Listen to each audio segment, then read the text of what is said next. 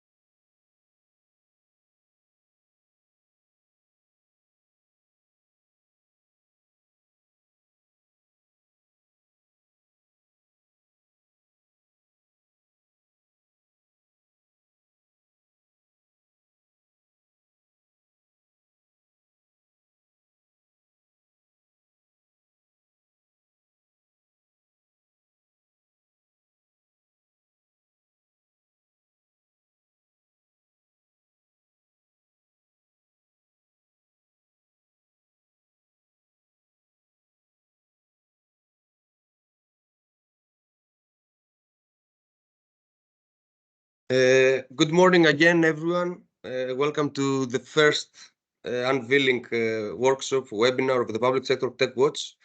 Slowly, let's start because, okay, there is people joining, but let's keep it to the agenda. I would like to welcome you once again for joining our webinar, and I'm pretty happy to see around in virtually, at least, people from the academia, people from the private sector, and of course from the public sector, and also colleagues from the commission that they're interested in our initiative. I would like to go through the agenda just to set the scene of what you will see today, what we will offer to you. So yeah, with a small delay because of people joining a bit late, we will have the policy context and objectives of our initiative, presented by Andrei Almos, the deputy head of unit of the unit, of course, that is dealing with the public sector tech watch and interoperability in general. Then we will present both the initiatives of GovTech Connect and Public Sector Tech Watch, showing, of course, what we have been doing so far, what are the synergies there, what's the ecosystem of GovTech in general, how we see it in the Commission. After that, we will dive into the work that we've been doing the last 6 months, and even before the launch of the website that happened in November this last year. So colleagues from JRC, they will present how we collected the case studies, the use cases, sorry, and how we work with the data that we have available on emerging technologies.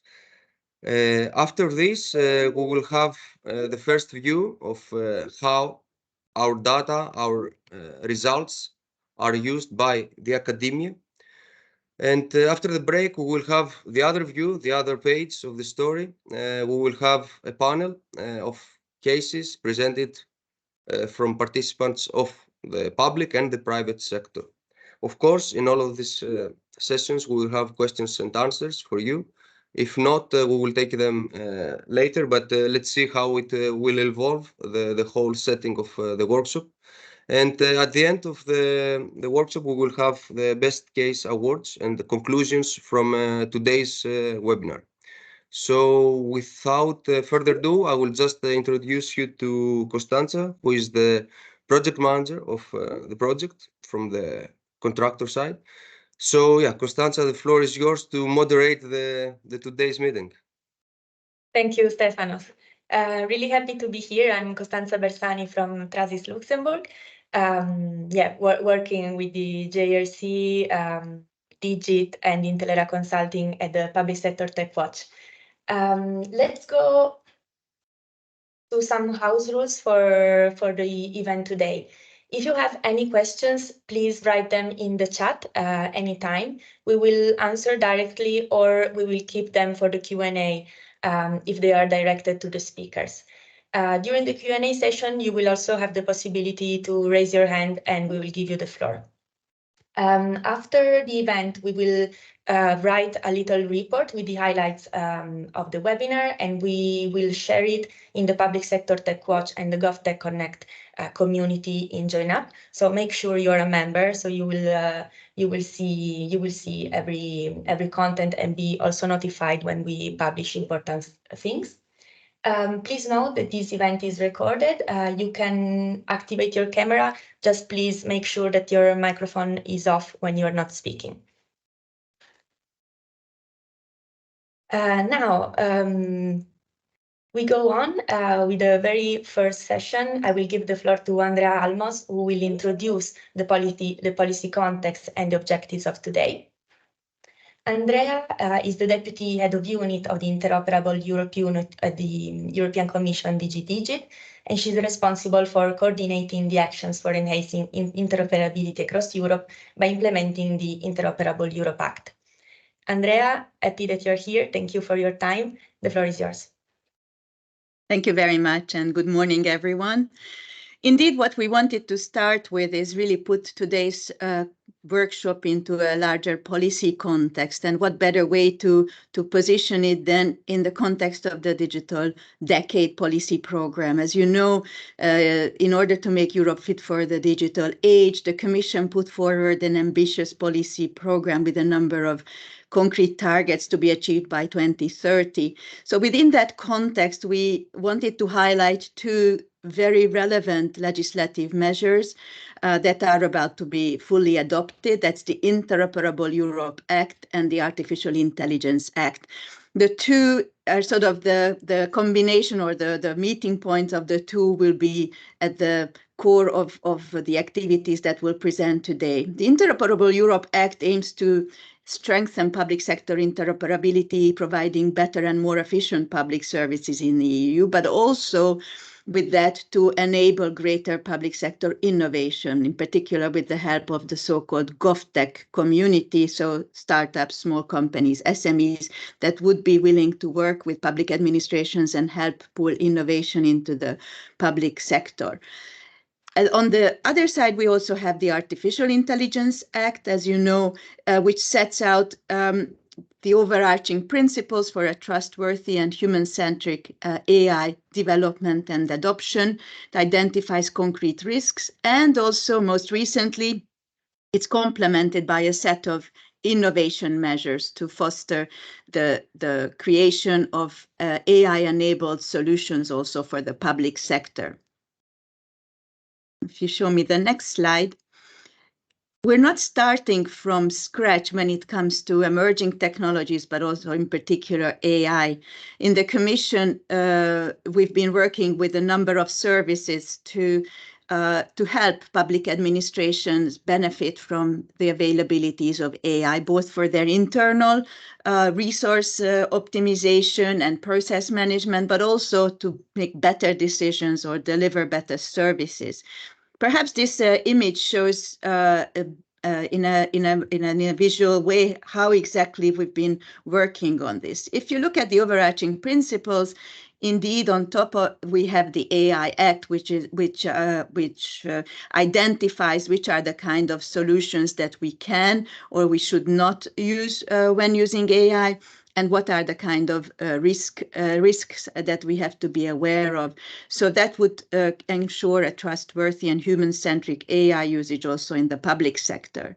The different pillars show how, together with other colleagues in different DGs, but also in particular the Joint Research Center, we've been able to work on measures to enable innovation. You'll hear a lot about that today.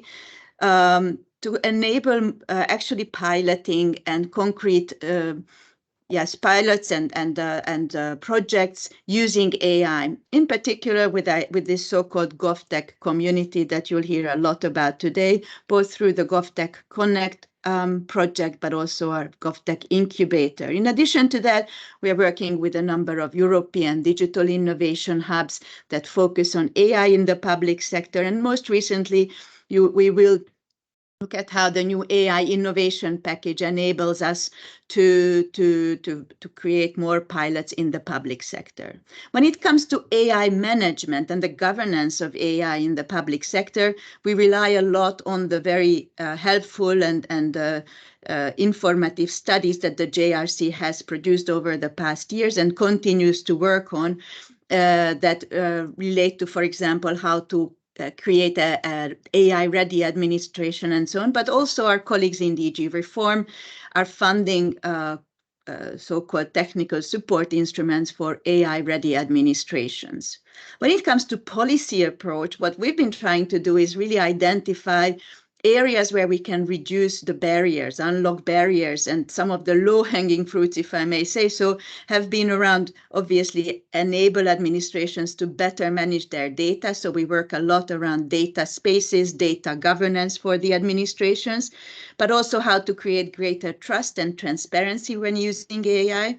There is an initiative that is being scaled up on creating so-called AI algorithmic registers at local level, but also at higher levels of government to show which services in your neighborhood use AI, but also to help procurement by creating standard procurement clauses that could be reused by procurers and ensure that they are aligned with the AI Act. In addition to that, and that's also one of the highlights of today's event, we've been collecting together with the JRC a huge number of use cases of projects, use cases, examples that use AI in the public sector for many different purposes. And that's the Public Sector Tech Watch, which allows you to actually look through those use cases. And in addition to that, we're planning to start working on indicators on the development and deployment of AI in the public sector. So today's focus, if you show me the next slide, will be the two different sides of the coin. We will be looking at this Public Sector Tech Watch, the Observatory, which includes a large number of use cases that monitors the use of AI in the public sector, enables good practice exchange and communities around these use cases. And on the other side, we'll be looking at how GovTech Connect, actually those companies that are willing to work with administrations and bring these emerging technologies to the public sector, can actually do that, and how do we bring these two communities together. So today's objective of the webinar will be to showcase these two initiatives, give greater visibility to those use cases that have been collected and are available through the observatory, but also create further synergies between the projects and their stakeholders. So very pleased to have you all with us, and I pass the floor on to the next speaker. Thank you very much. Thank you, Andreas. Yes, let's go a bit more in detail on these two initiatives. I will give the floor to Stefanos again and to Goran Zevovic, so they can show you exactly some more details on these two projects, what are the vision that they want to achieve, and how they communicate, what are the synergies and the complementarities. Stefanos, you know him already. Just to repeat, he's in Digit V2, while Goran is in DigiConnect, and he's responsible for coordination and steering of e-government related projects. So thank you both for being here. The floor is yours. Thank you, Constanza. Hello again.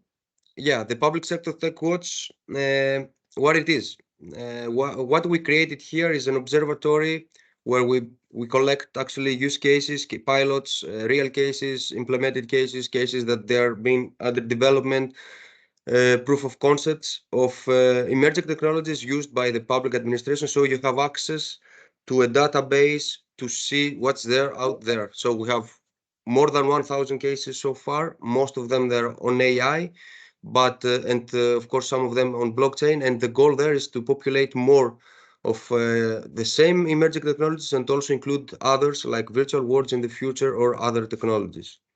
For who now? Who would be interested in our collection, our observatory? Of course, policymakers, officials, companies, SMEs, startups, the academia. As you can see later, for all of these actors, we have these cases, we will present them, and we have a panel later on how the data that we provide are used by all of these stakeholders. And of course, we have other groups like innovation hubs that they are pretty interested in the use of emerging technologies in the public sector. Why it has been created? So, of course, based, of course, in the law that we have, the Interoperability Act, but also because of the interest that has been expressed by people around and all of the actors that I mentioned. Maybe we can call them like GovTech actors also as well. We created this observatory so people they have access to this pool of knowledge, to events, to news around the matter, the subject matter, and of course to have the opportunity to share their experiences and their cases. As you can see, we have the yesterday and the today, and from now on, the predecessors of, let's say, the main actors that created this idea are the AI Watch, a work that is done by JRC in the past. So it's actually the first point, the entry point for our use cases that we build upon them. Before the Public Sector Tech Watch, there was an observatory, or better to say, a team, a work community, or a join-up group, actually, the Innovative Public Sector Observatory, that actually set the scene for what we're doing here. So it's the predecessor that we build upon it and we evolve it to be more open and to include more things and to build upon the community. And of course, scientific reports by JRC and other reports that they are used to populate our community, our observatory. So, as I said, Public Sector Tech Watch is the observatory on tech adoption in the EU public sector. It's one-stop shop for knowledge sharing, for news sharing, for events, for sharing of use cases and experiences. If Constanza, you can go to the next slide. Yes, so how you can contribute in the Public Sector Tech Watch? First of all, of course, you can join our community, which actually gives you access to downloading, of course, the cases, to submit your case and other features. So by joining our community, you have access to plethora of knowledge, of reports, of news items, of events that could be of interest for you. And also you have the chance to report your case. We have a self-reporting tool where everyone can submit her case that we, of course, assess and then we publish online if relevant. This, of course, gives you opportunity to increase the visibility of your use case and also to find synergies or check whether there are similarities with other cases around Europe.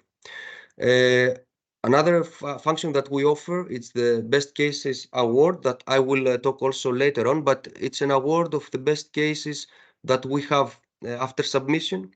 And this will take place in June, this summer actually, 2024. And of course, I just, again, invite you to be a member of the community, have a check, look around what we have. And of course, if we have a use case, just submit it by the reporting tool, and also submit your use case to be part of the cases award.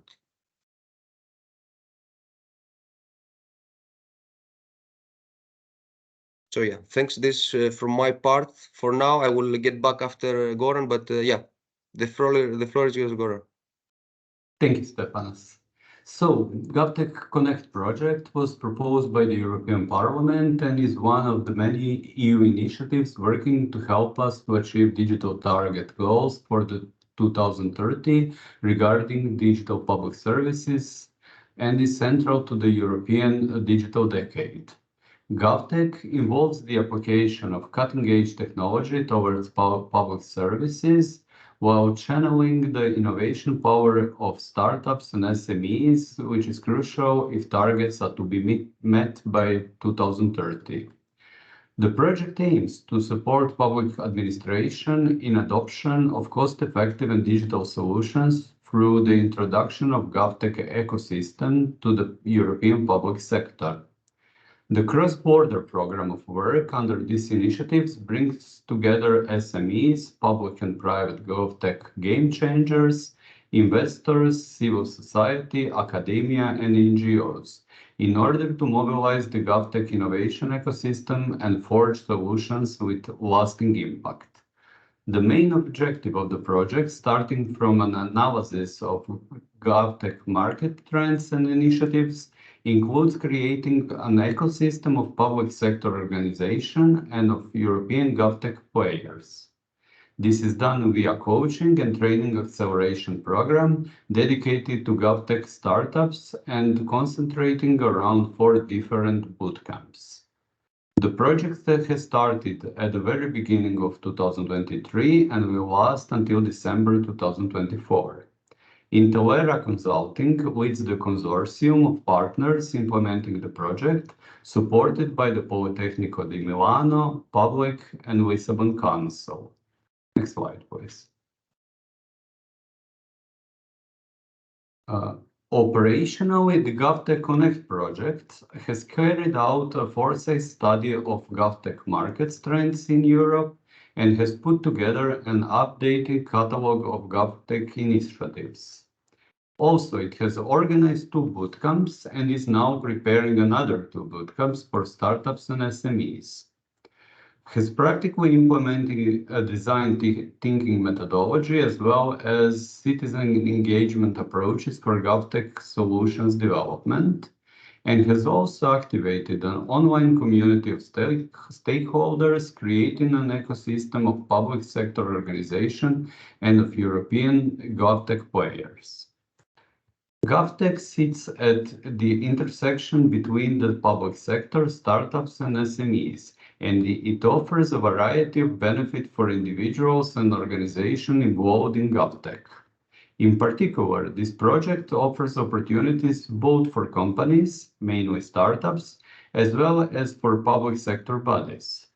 GovTech startups have the possibility to join a European community of innovators, receive support to better tailor their solutions to the actual needs of final users, getting closer to those who could be their primary business targets, namely the public sector organizations. Public bodies, instead, via this project, have the chance to access a wider range of innovative solutions, learn from different good practices of peers across Europe, and hopefully better achieve their digitalization goals, with the final aim of serving better their users, namely EU citizens. And then a message for startups. If you're a startup interested in the 2024 bootcamps, especially those focusing on smart cities, keep an eye for an open call launching in February.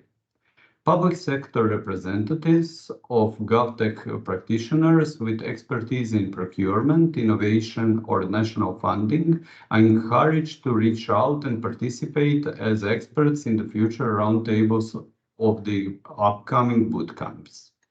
And lastly, follow GovTech Connect on LinkedIn to stay connected and engaged. Thank you. Thank you, Goran.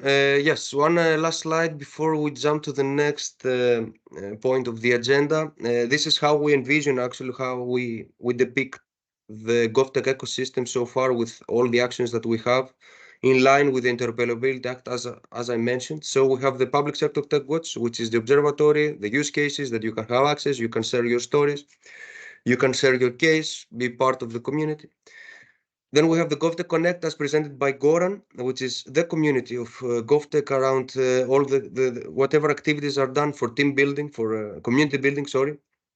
And in general, it brings together all the actors of GovTech that we have so far. And one last ingredient, it's the GovTech for All Incubator, which is a pilot project. It's a project with pilots, it's a grant where people they can experiment. It's the part of the experimentation of this GovTech solutions that we try to promote in the public sector. Of course, aside of and in line with whatever we do here in the GovTech ecosystem, we also have the digital innovation hubs, which are also mainly focusing. I mean, we have different groups. So the group that is of interest for us is a group of AI in the public administration, which means GovTech in another way, using, of course, emerging technology. So including the ideas on AI in the public administration, we have these four different groups that they bring together this GovTech ecosystem as we envision it. And with this, I would like to give the floor back to Constanza and to continue with the presentations. Thank you, Stefanos. Really interesting indeed also to see how the two initiatives are connected. Now, given that this event is the very first time where we present to the Public Sector Tech Watch, I'm happy to give the floor to Carlo Montino, who will show you exactly what you can find in the observatory and how to use the resources that you can find there. And we repeat also how you can contribute to it, because the observatory is meant to be not only a top-down source of information, but also a bottom-up. So you are more than welcome to contribute to suggest studies to be published, to report cases to be added to the database, etc., etc.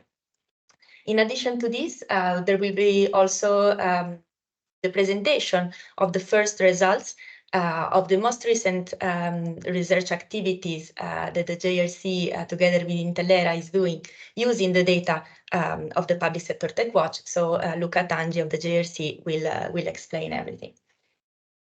So Carlo, the floor is yours, and also the screen, actually. Thank you. Thank you very much, Costanza, for the introduction. And yes, I will be sharing my screen now.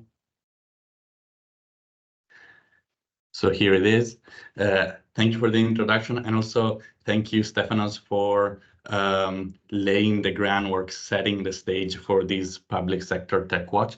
So you might be asking, where is it? What does it look like? Well, here it is. You can click on the link that Marta shared in the chat, and this is the landing page where you will land. You need to be registered with a join up, but that doesn't take long. Once you have an account and once you subscribe to the Public Sector Tech Watch, here is what you will see. And now I would like to devote these few minutes together to really show you a bit around what you can find here and how you and different users can use it. So let me just scroll down a bit, and in a moment we will go through each of these sections that you see, and you can already tell it's going to be very, very rich in content. And so where do we start from? What's inside this observatory? We've said it many times, we'll keep repeating it. Here you will be able to find a lot of cases. So let me click here. Cases, meaning examples of how public administrations are making use of emerging technologies, artificial intelligence, blockchain, and many more. So what do these cases look like? First of all, here on the left, we have a cases viewer. A cases viewer is, and it'll pop up in a second, is a dashboard. Here you see a dashboard with all the cases that we have collected so far, 1,251 and counting. So if you log back in, let's say, a month, you will see this number go up and up. It's a living thing. It's always we're always improving it. And here is where all of these cases are visualized. On the left, there are many filters that you can use to narrow down your search, maybe focus on what's interesting to you. And in a second, we'll see how that works.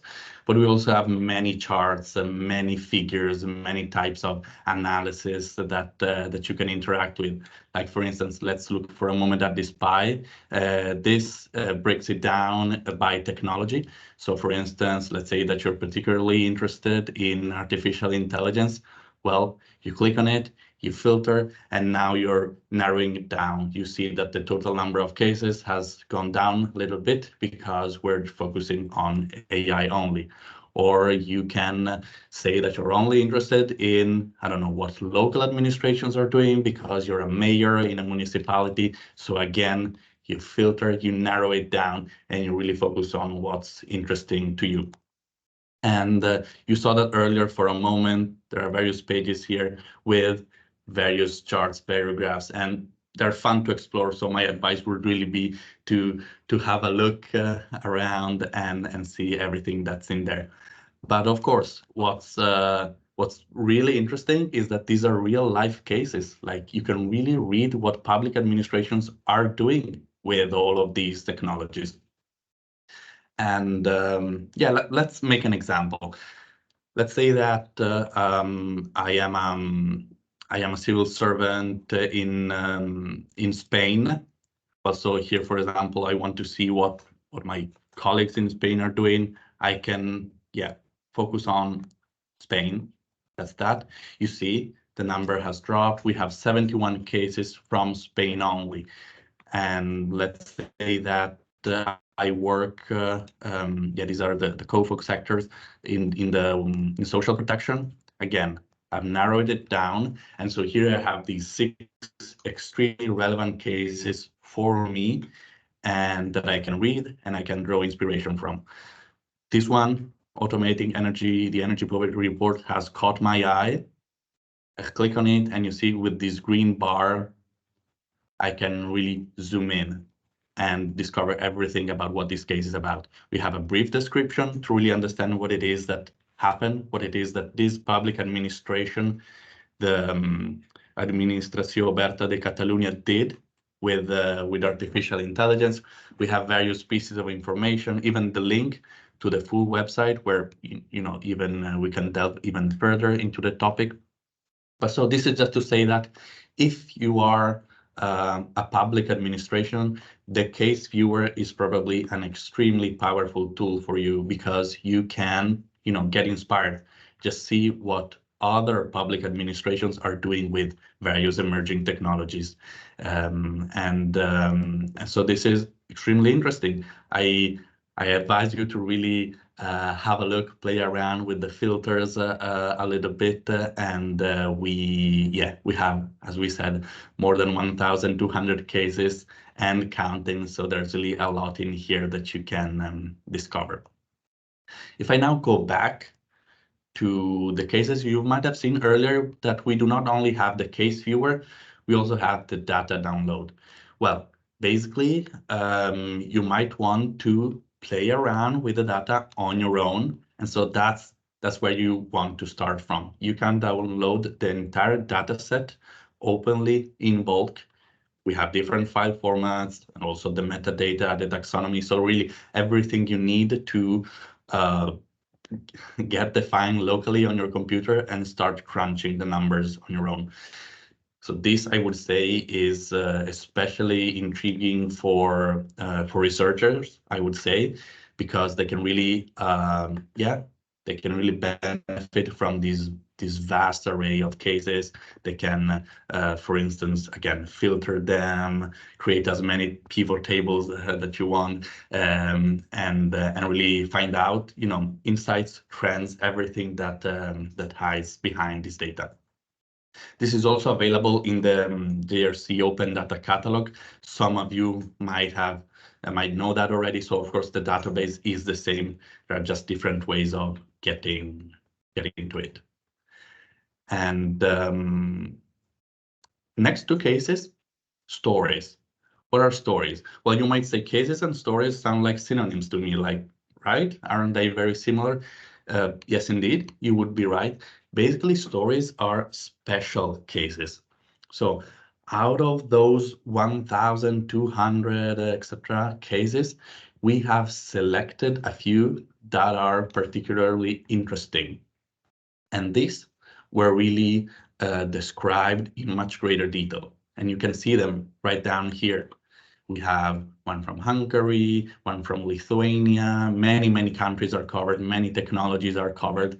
And even here, we keep adding them over time. So if you come back in, let's say, a month, you'll find more stories to get even more inspiration. And I'm now opening it one randomly. They always follow a similar structure. So basically, you have a description of the organization that implemented this case, description of the problem. Here you see this nice chatbot, and then the solution, of course, the results, the challenges, more useful links if you really, again, want to delve further. So these stories are really one more way for public administrations to find out what is going on, find out what your colleagues are doing, and maybe, they have already implemented a solution that you wanted to implement in your own public administration, or, they may have implemented something that you hadn't thought about, but, it might actually be very, very useful. So why not draw some inspiration from here? Going on, news and events. Well, what's the purpose of a news and events section in an observatory? As Stefanos said earlier, this is all about being a community. So a community with different actors interacting among them. So really, we are always posting news, the latest news. Like here we have an interview with Luca, very interesting, and we'll hear directly from him in a moment. We also have the events. Well, here at the bottom, you see the one that we're in right now at the moment, but not just within the framework of this project. We have many more that are extremely relevant. So again, this is a useful page that all of you can visit periodically to really see what's going on in the community, get engaged, discover. And yeah, as I'm speaking about getting engaged, it's probably important to mention what this orange button here is. If you hover over it, you see it says add content. Basically, if you're a member of the Public Sector Tech Watch, you can also contribute. So you can definitely get a lot from the observatory, but you can also give something back. Let me click here. You see, for instance, you can start a discussion on a specific topic, or you can suggest an event for it to be featured here in the events list. The content is obviously centrally moderated, but yeah, this is just to say that you can easily get engaged through the platform. And indeed, this is the philosophy behind it, that the idea is really to put stakeholders in the same place and have them contribute. And now perhaps the most interesting section, to me at least, of the Public Sector Tech Watch is the Knowledge Center. You might have noticed earlier that I skipped it, so now let's dive right into it. Yeah, we have a lot of data in here, as I said, and we'll keep repeating it, more than 1,200 cases. Those are a lot, but data is really meaningful only if you can make sense of it, right? If you can understand the trends, if you can get some insights. So this is where that happens. Here you will find a wide range of publications on the topic, so relevant to this field. And many of these publications made direct use of the data included in the observatory. So you'll see I'm now scrolling down, and these are all very much related to the topic at hand, the topic of GovTech, the topic of AI, and there are also links to various related projects that are obviously strictly connected to this one, various initiatives. So the Knowledge Center is where I would say public administrators, researchers can go to really put their hands on a wide range of very interesting and useful publications. And as Costanza said earlier, we have one that is coming up, and Luca in a moment will tell you all about it. But even before that, there is one important mention that I kept for the end because it is extremely exciting. And again, it's about the cases. Stefanos mentioned this, but we have an award coming, the 2024 Best Case Award. What is this? Well, we're not only collecting cases, we're also we also have an award where we will evaluate those that really stood out, those that are particularly interesting. And this is an opportunity then for you if you have recently made use of an emerging technology for the public sector. Well, this is an opportunity to inspire others, promote your case, really make sure that you showcase it and you disseminate as much as possible. And if you participate, then of course it will be an opportunity to hear from all the other administrations that have implemented similar solutions from all over Europe. So here is where you can apply to participate in the award. This is really the dedicated section, and you will see if you scroll down, well, here some of my info is already pre-filled to make it more user-friendly. But basically, the details that are required are those about your case. We would like to know everything about your case, like its title, the technology it used, the level of government, or a description, what was it, and if you'd like to participate, make sure to register to the platform, to the Public Sector Tech Watch collection, and then to submit it through here.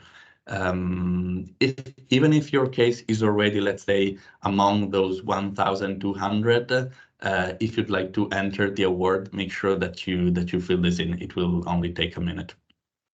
And more on this in any case later on, as of course it's the most exciting part. But I think that this sort of brings me to the end of this overview of the platform. I'd be happy to take any questions now or even later. We have a dedicated Q&A session. And in the meantime, back to you, Costanza, or even directly back to Luca, who I know is there to tell you more about the upcoming publication. Thank you, Carlo. It was really interesting, and a lot of questions arose in the chat, so it's good. It seems that really the observatory is getting interested from the audience. Luca now will start also addressing some of these questions during his presentation. Maybe we can start with one while you get prepared with the slides, starting from where these cases come from. So what's the methodology behind the cases that are showcased in the database? Thank you, Luca. You're muted. I know, I'm trying to share my screen. Let me move. Okay, now it should be fine. Yes. You should see my screen. And well, thank you all for being here.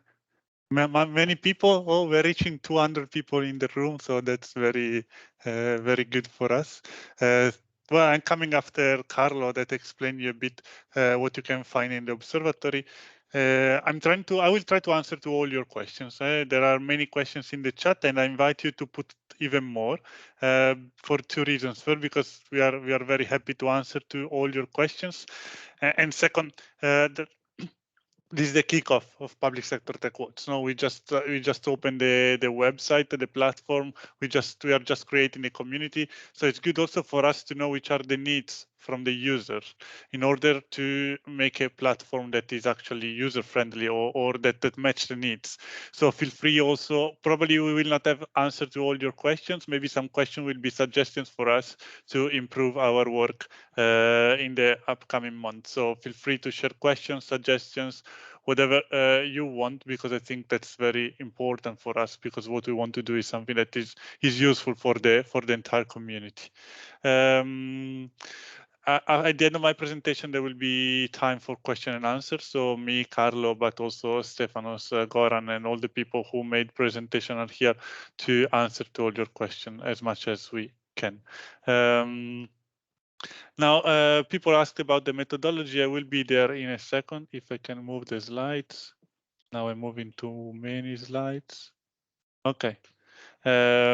Just to tell you that what I'm gonna present now, and also partially what Carlo presented with this demo, will be published in a dedicated report that will be published soon. And we are here anticipating a bit what you will find there.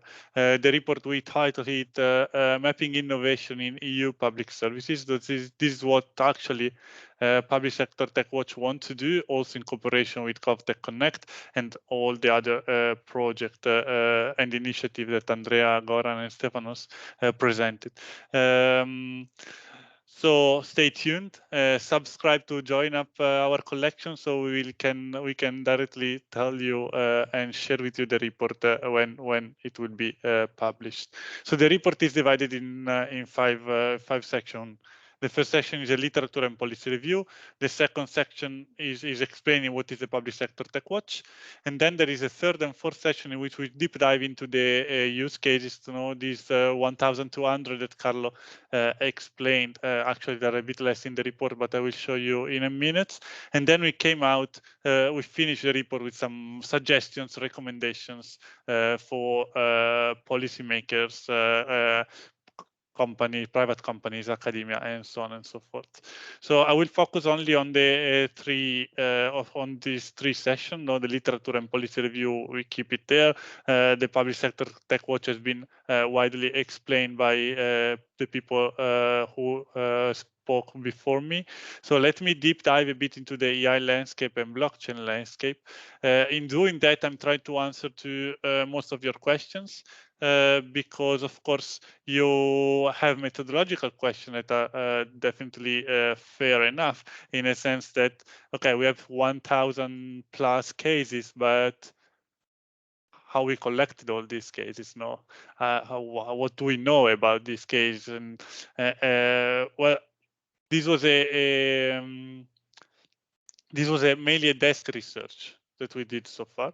So most of the cases have been collected by desk research. So meaning that we looked at what is available on the internet, and we try to incorporate all those information into a database.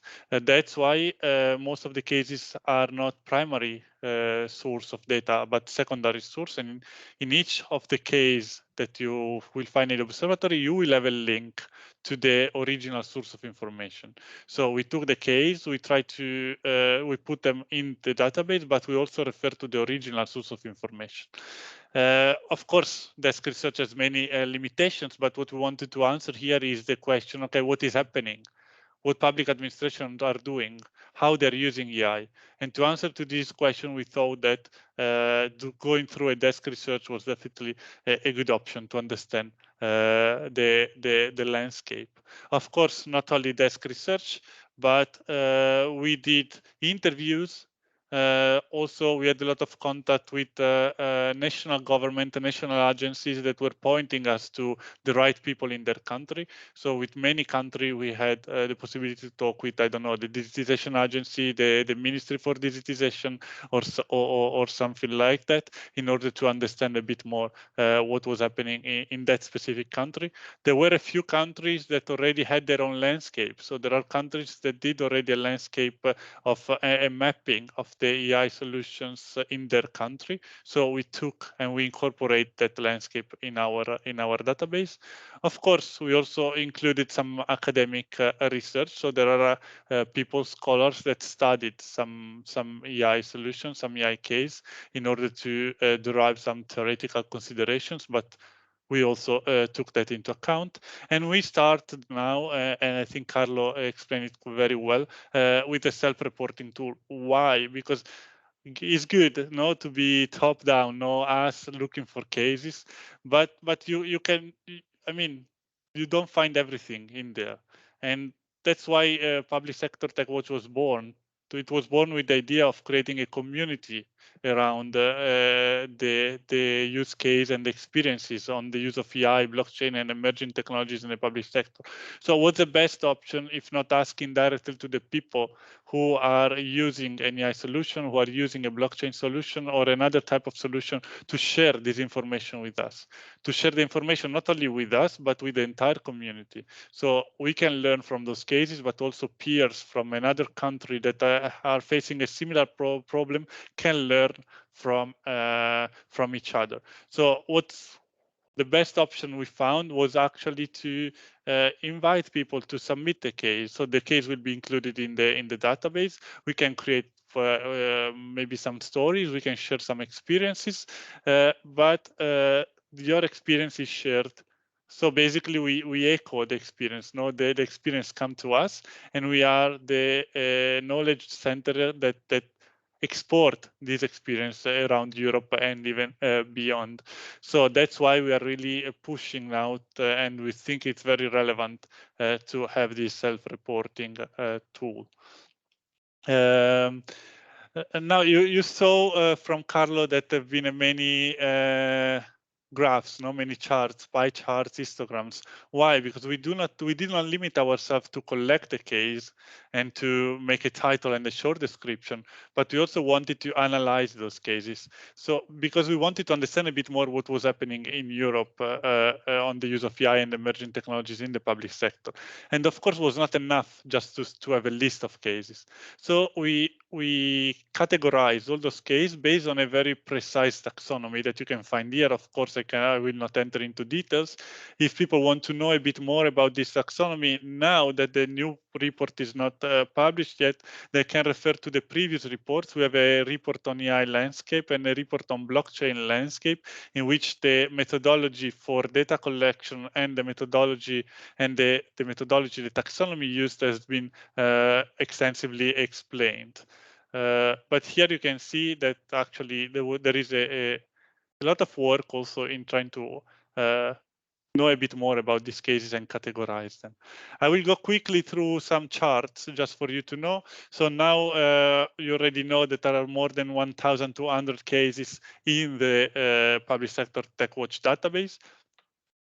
You see the report was closed, let's say, at the end of 2023. So the number of cases is a bit less, but also from this chart, you can really perceive how the work is continuing, and we are keeping the number of cases, the database we are keep increasing the database. So we started in 2020. I see also people who started this exercise here in the call with 230 cases. Then we moved in 2022 to 686, and now we have more than 1,000 cases on AI, and something similar you can see on blockchain. And as Stefano said, we also started mapping other emerging technologies. So now we have 15 cases. Most of them are on the use of virtual worlds in the public sector, but you can also find them in our database. And let me say one thing before going to the to some charts. All the cases are also downloadable in a data set. So you can look at them online, but you can also download them and do the analysis you want to do, and take it and use them for the scope you want to use them. All the cases with all the taxonomies, with all the data, and they are not anonymous, because given that we took secondary data, so the source of information is there, we could also refer to the administration who was using that case. So I invite you also to download the database. And given that the cases are a lot, and we only based ourselves on secondary sources, the other important thing is that you help us to keep them up, to keep the database updated. So, you know, there was a news maybe from 2020, 2021, we took the news, we create a case, but we don't know what is happening now in 2023. Maybe you know it because that's your administration, you know. So we really invite you again in this mutual learning process to help us keeping the database updated. Quickly on the data, because I think I don't have much time. So you see we have in the report now, so the database now it's a bit more updated, but roughly 84% of our data are on EI. The first thing we did is we categorize using the COFOC categorization. Here we are talking about AI and blockchain cases. You see most of the cases are on general public services, but actually there are cases in many of the COFOC categories. And let me quickly deep dive into EI, especially for the people maybe who are seeing these charts and our work here for the first time.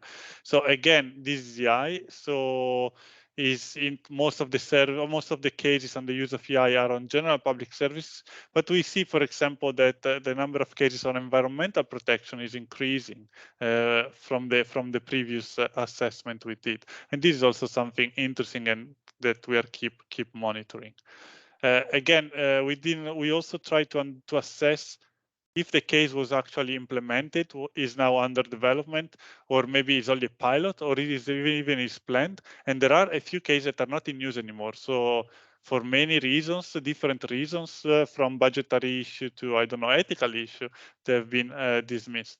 So here you can see the number of cases implemented that is quite high. So it means that public administration are actually using AI in their daily operations.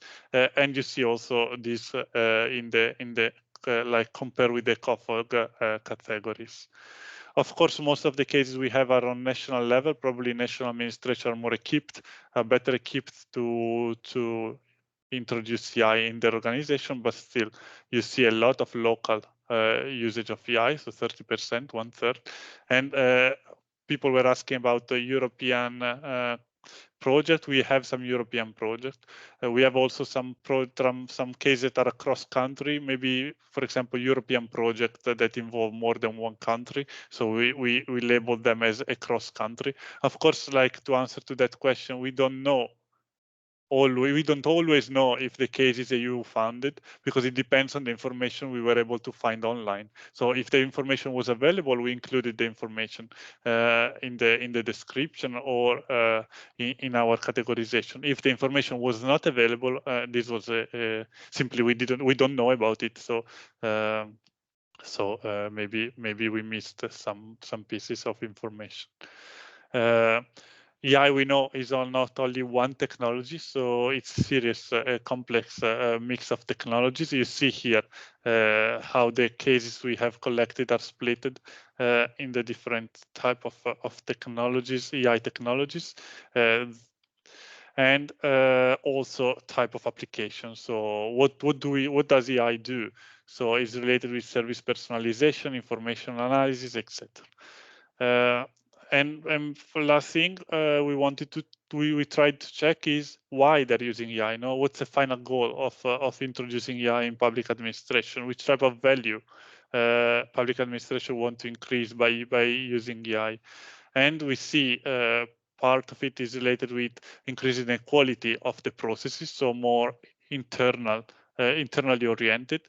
But also, like there is 1/3 of the cases that we could assess they're using, they're more responsive, efficient, and cost effective. So the idea is to create better public services, let's say.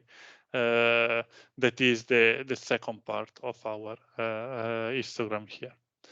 Let me go quickly on blockchain, because we didn't limit ourselves on AI. That, of course, now is exploding. Everyone is talking about AI, and I think is also the probably more mature technology. So there are also more cases and more usages of this technology. But we keep having a look also on other technologies. That's why we call the Observatory Public Sector Tech Watch and not AI Watch, because now it's AI. In the future, we don't know yet. But for example, we have some data on blockchain, and we see here the blockchain cases per type of sector. We see here the blockchain cases again. You see, for example, the percentages of blockchain cases that have been implemented is lower. So most of the blockchain cases now are under development or pilot cases. Only a few blockchain cases are actually implemented, and most of them are in the. There is a good part of the blockchain cases that are in the education sector, so maybe universities or this type of environments, and of course, like beyond general public service, that is always the bigger category. Also here, same data as AI for the administration level, and here I stop. So with that slide, I stop the figures and the numbers. You will find more in the report. You can find even more probably online by playing yourself with the self-reporting tool. But what we want, maybe just let me say one last thing. The cases. Given that I explained you that methodologies, the cases are not representative.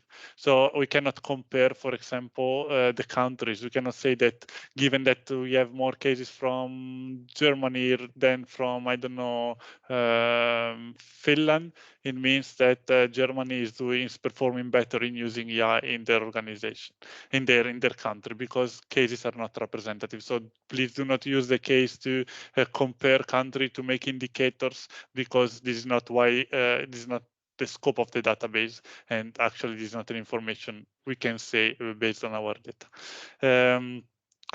What we do in the report, we conclude with some recommendations. So if I have 30 seconds, I'm happy to read them to you, because I think we spend quite some time in wording of this recommendation, but we're also happy to discuss them together.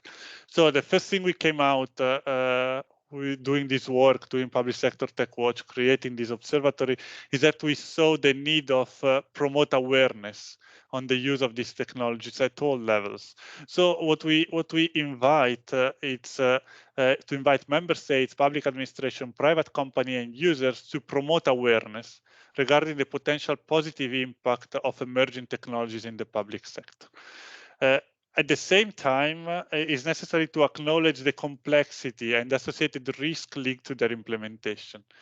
So that's the first thing we want to highlight. So it's important to raise awareness, because these technologies can be powerful, but of course bring some risks. So without awareness, without creating this awareness, it's very hard to foster what we call the individual, organizational, and cultural change that are necessary to ensure the effective implementation of this technology. So this is the first, let's say, takeaway and the first recommendation that with this report we want to point out. Second, that of course is very much related with what Public Sector Tech Watch wants to do, but cannot do alone, is sharing practices and experience. So we think that it would be highly beneficial that member states, public administration, private company, and users continue sharing practices and experiences, considering the European level as the optimal place for learning from each other's success stories and failures. So do not limit and share it with your peers, maybe at national level, but use more the European level as the optimal level for doing it. This collaborative approach is essential to ensure a cross-border, trustworthy, and effective use of emerging technologies for enhancing public services. And the third thing we want to highlight is the need of creating a community. That, of course, is related with the previous two. And we really think that it will be highly beneficial that member states, public administration, private company, and users engage in community building at European level again, by discussing and co-creating possible solutions and developing synergies among the different national and European initiatives, again, for delivering better public services. That is always, the scope of why all of us are here in this in this meeting today. So really, with the Public Sector Tech Watch, we are trying to do our best to give you a virtual place, a knowledge hub to facilitate this. But of course, like this, we really invite and we really think it's important that we start considering the European level as the optimal level to do it, and that Public Sector Tech Watch will become and will be a community, no, and not only a website in which no, top down we provide information. And I think without this step, well, things will remain quite limited. So we really push towards the creation of a community with events, with again activities like the public sector, the Best Case Award, and so on and so forth. So that's it from my side. Maybe I was a bit long. Sorry for that. Maybe, I don't know, Costanza, if you have some question we want to tackle now, if it's too late. Well, I actually think you covered most of the questions that were related on the Public Sector Tech Watch, the data, the methodology, and the report. I think we can continue basically answering in the chat, so we move on and we go to the next session because it's also a pretty long one before the break, if you agree. Thank you everybody. Good. So I will share the screen again. 1 second.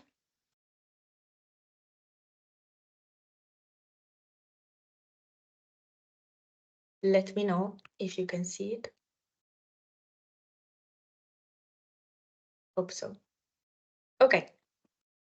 Now, actually, in coherence with this previous session, we now move to a really interesting session where we will discover how this data is also already being used by young researchers in their research. And we'll also have the opportunity to introduce another JRC initiative, which is called the Fresh Mind. So I'm happy to give the floor to Paula Rodriguez, who is a scientific project officer at the JRC and a fellow at the Leuven Public Governance Institute. So Paula, thank you for being here. The floor is yours. Thank you, Constanza. I see that Gordon is raising his hand, so I don't know if it was by mistake or if you want to come in before we... okay. By mistake, I'm sorry. Okay, don't worry, perfect, just to be sure. Okay, great, thank you. So thank you all for being here. So as Constanza mentioned, I'm also part of the Joint Research Center. I'm working together with Luca, and today I would like to introduce a bit our project and also researchers working with data coming from the Public Sector Tech Watch. So maybe to give you a brief overview of what do we do at the Joint Research Center. So as you can see here, the Joint Research Center is considered the in-house science service at the Commission. And the main aim that we have here is to provide EU policies with independent, evidence-based scientific and technical support through the whole policy cycle. And we also collaborate and have a close cooperation with different policy directors. And at the same point, we have like different pillars what we worked together, and ours is on digital economy, and we're going to talk a bit more about our project specifically. And as you can see here, we are also based in 5 EU countries, but particularly our project is on Ispra in Italy and Seville in Spain. Next slide, thank you. So as I mentioned, our project, and Luca has now shared the link on the chat, so you can maybe have a look there. It's titled Innovation of Public Services and Digital Transformation of Governance. And in this project of GRC, that's part of the Digital Economy Uni, we have mainly two objectives here. So on the one hand, we work and assessing and recommending responses to different impacts and topics related to digital transformation and public governance. And on the other hand, we also have more like a future view on what are the challenges that maybe impact society and what are the recommendations or research that we can conduct to maybe understand a bit more what could we do about that. And in this project, we have 4 pillars specifically. The first one where we discuss and research mostly about public governance paradigms. Then we have a second one focusing on digital-ready policymaking, and here we also support the Interoperable Europe Act before as part of the negotiations, and also in the future implementation together with Digit. Then we have a third one focusing on monitoring digital transitions, and finally the innovative public services. So in this one is where all the work related to AI Watch was done, and now the Public Sector Tech Watch. So in this part of the project, the GRC is working mostly as a scientific partner, co-managing the Public Sector Tech Watch together with Digit. And the main point here is to provide scientific support and also be part of the data collection. And I think it's very interesting to highlight here the relevance on linking this research to practice and policymakers, as well as Luca was mentioning before, and the efforts that we want to do in terms of community building as well. Next slide, thank you. So in these terms of also community building and B2B, that is kind of bridge between the scientific support that we can provide and also what is relevant for practice, we have like different initiatives that I think might be interesting for you to also consider. So we have collaborative doctoral partnerships. So when we have PhDs working with us, for instance, we have one PhD in our project working more on co-design and digital transformation in the public sector together with Italian universities. And also we have the possibility to have visiting scientists coming to our project to work for a few weeks or a few months, share their insights. And then we have very nice collaborations in this way. And I think if you're interested in this, you can get to our page and may find more information about these opportunities. And one recent one is Fresh Minds, with also focusing the topic of public sector digital transformation. And here the main aim is to have this bridge between practitioners, policymakers, and early career researchers. So the point is like young researchers can come and share their insights and also understand how these insights can impact and support policy at different levels. So next slide, thank you. So as you can see here, the key objective is not only to attract innovative researchers, but also we put a lot of focus on knowledge sharing and this interdisciplinary exchange. And the idea is to focus on different topics like data-driven policymaking, digital green and social transitions, also collaboration intelligence for digital transformation, and emerging technologies in the public sector, which is related to the Public Sector Tech Watch work. And this specifically is going to happen, the kickoff of the seminar this Friday. So you're also very welcome to join us. And as you can see in the next slide, in this particular seminar, we are going to have researchers that are working on AI and blockchain specifically. We also have as a guest Andrea Almos, and then we have practitioner from Ireland and a colleague from us from GRC to share the session. And the three researchers are going to share their key insights that are conducting now in their PhDs related to the work of AI and blockchain, and particularly Stanislav, for instance, is also joining us today as he's using data from the Public Sector Tech Watch. So that would be on me, but I think what is interesting on this session is we're going to have these two researchers, Carolina and Stanislav, to join us today and to explain a bit more what they are doing, what is the research, and how they're using the data of the Public Sector Tech Watch. And I think it's very interesting to see how we can link the work that HRC is doing with the work that Digit is doing on their side, and also how researchers are making use of it. So welcome, Carolina, Stanislav. I hope that you're well connected. I see that you are here. Yes, I see Stanislav. Oh, perfect. So maybe I think it would be great if you can start introducing yourself, introducing a bit what is the type of research that you're doing. And I think, Caroline, if you want, you can kick off. So good morning to everyone, and thank you for having me here. Thank you, Paola. So my name is Carolina Gerli, and I'm a PhD candidate in political and social sciences at the University of Bologna. My research is about the use of AI in public organizations to tackle corruption. So in particular, I focus on public procurement applications within the EU, and my case studies are 4 EU countries: Italy, Germany, Estonia, and Cyprus. The aim of my research is to focus on the process of design, development, and adoption of these technologies, Therefore, I'm interested in understanding the drivers and roadblocks behind these experimentations, as well as the changes taking place once these technologies are implemented. My research is mainly qualitative. Therefore, I conduct in-depth interviews with people who are involved from the public and the private sector in the design and implementation of these technologies. Prior starting my PhD, I worked on digital transformation projects for the public sector, and my academic background is in public management. Thank you very much, Carolina. Great to hear about your work. Maybe Stanislav, if you would like to jump in now. Thank you. Sure. Good morning, everybody. It's my pleasure and my honor to be here. I'm Stanislav from KU Leuven, doctorate candidate. And yeah, I'm coming from a different niche of the TechWatch technology set, so the blockchain research, and my research is about the various aspects of governance of blockchain projects, because of course there used to be a certain hype period in this when this technology was implemented by various partners, but now it's sort of getting a little bit more of a plateau phase. And nonetheless, I'm looking into different implementations of this technology in the public sector. Of course, I was very happy when I discovered that the GRC has collected so much data for me to start, because beyond the sort of overview, the mapping of these projects, I wanted to dive deeper into these projects and have more of a qualitative assessment of them.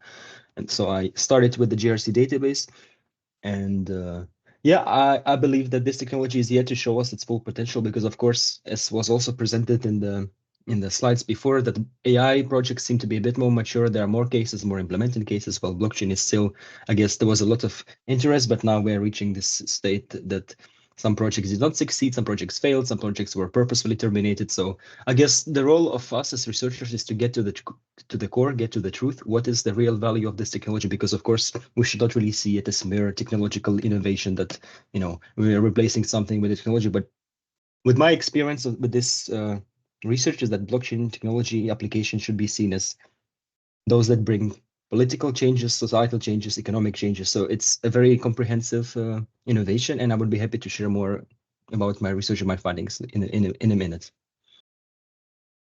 Thank you. Maybe just continue what you were saying. It would be great if you could explain us a bit more on how you're using the database of the public sector TechWatch.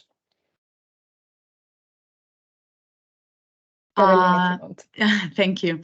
So as Stanislav said, I also, when I started researching AI in the public sector, I also considered and referred to the data gathered by initially the AI Watch and then now by the Public Sector Tech Watch. And therefore, the data have been and are still now an important source of information to learn more about the presence of AI in the public sector.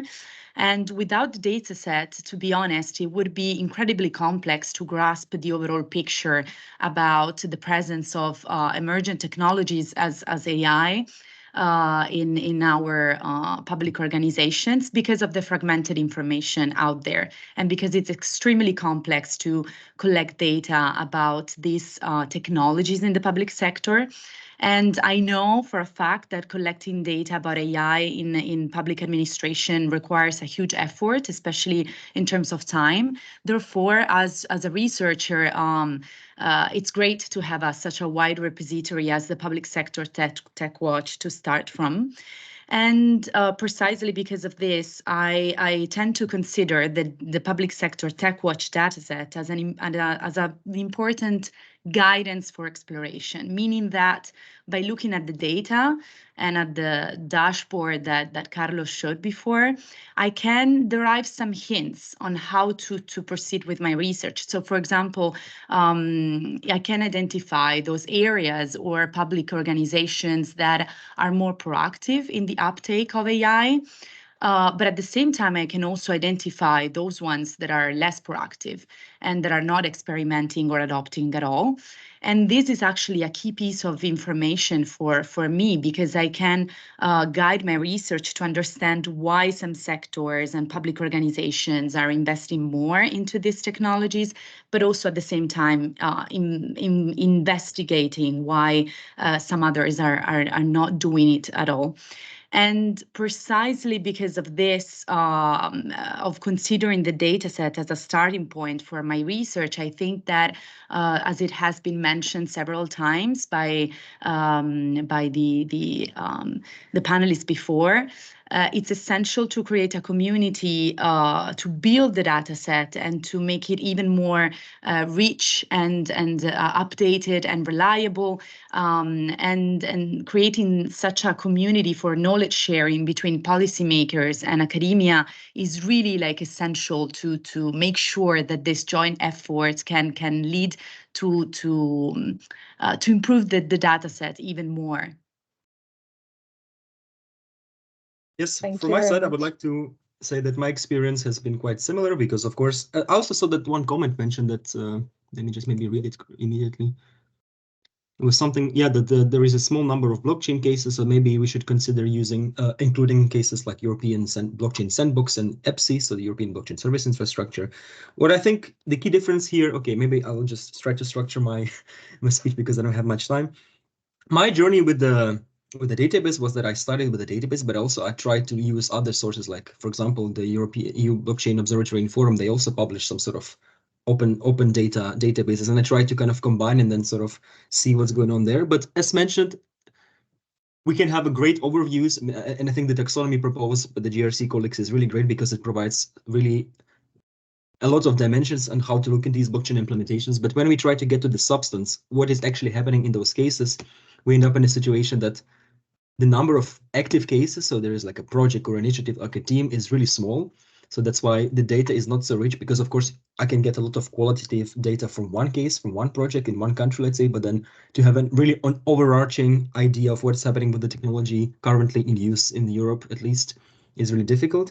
And secondly, I think the fact that this database is self-reported raises the issue that because of the notorious reputation of Bitcoin, one of those examples of how blockchain technology is used, not only in the public sector, it sort of triggers the teams behind these blockchain projects to be really cautious with the extra scrutiny and extra visibility. So I would say not all the cases that exist out there would be reported and would be even willing to seek contact with researchers, with bigger institutions, for various reasons.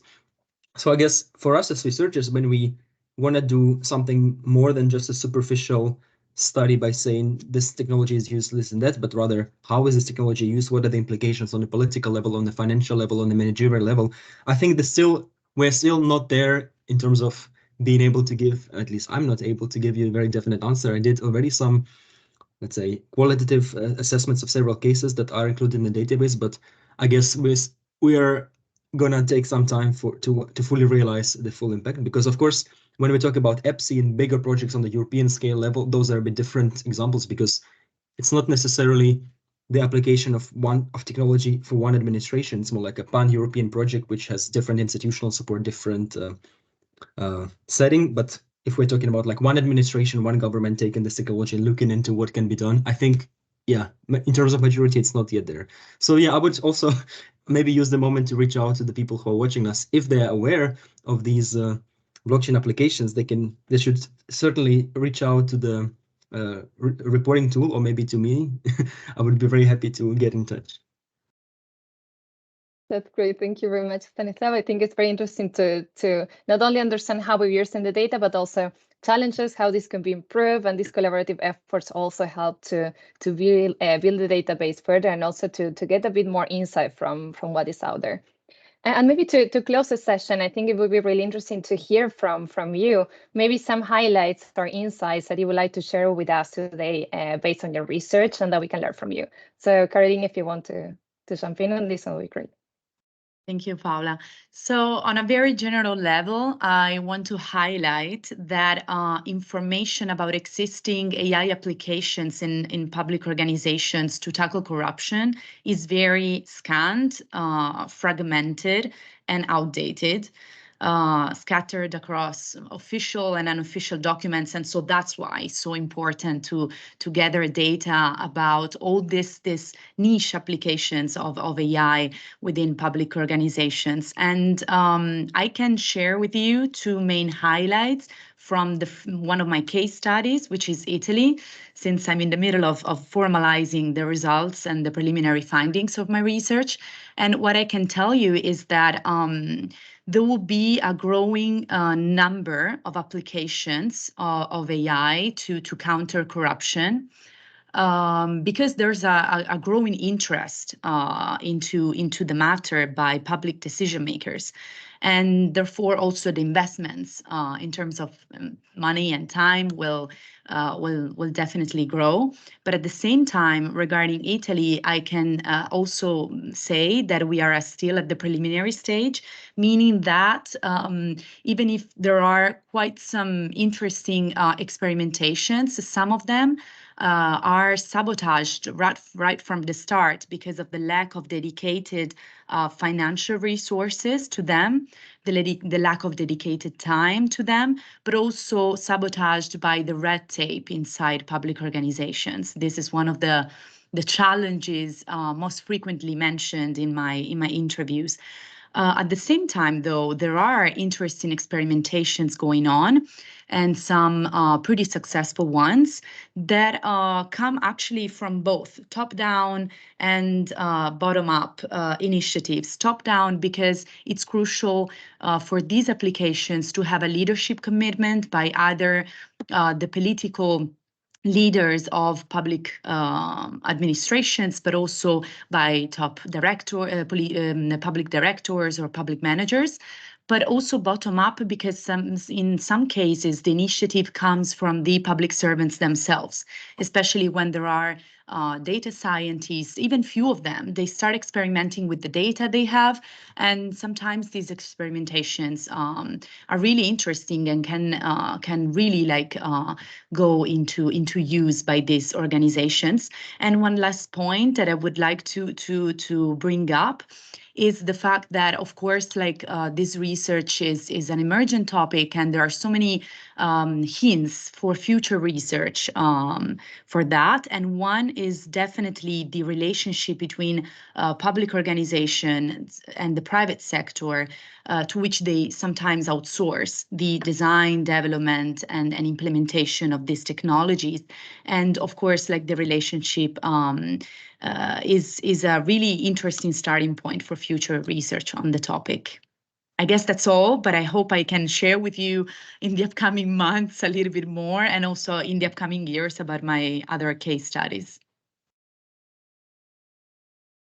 Thank you very much, Karina. That's super interesting, and indeed it will be great to keep in touch and follow in more where the works. And so thank you.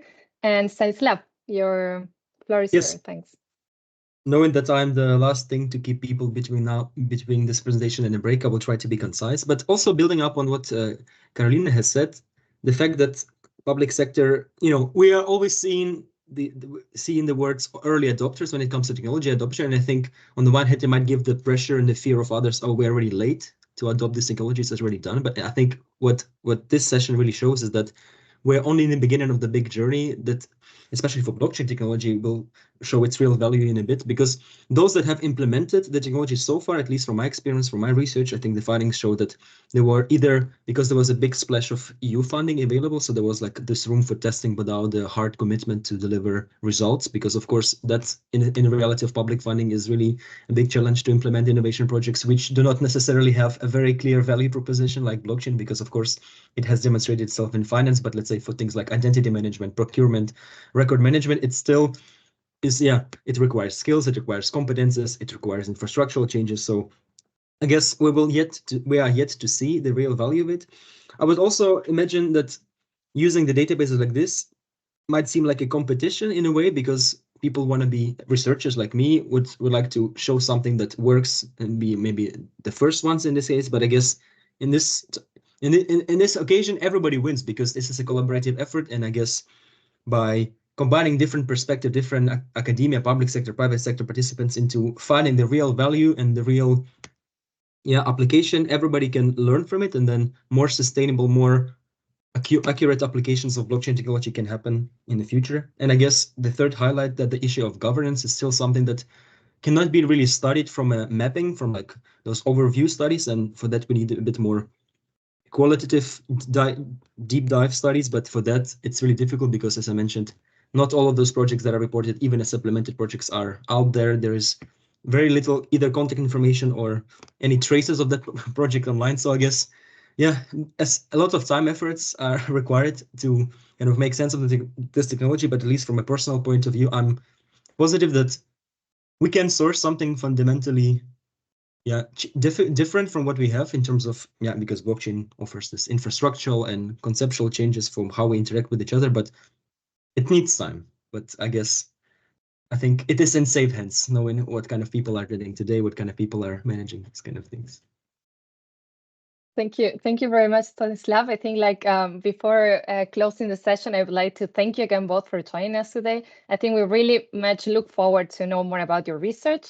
It's really interesting. I'm sure that we can take from this a lot of takeaways, and we have learned a lot from your research in this session. So thank you for being here and sharing also the side of the work. I think it's very interesting to hear from you the potential of the database, but also the potential of linking research a bit more with practice, and to not only further the data set, but also to move forward in our understanding of the adoption of emerging tech in the EU public sector.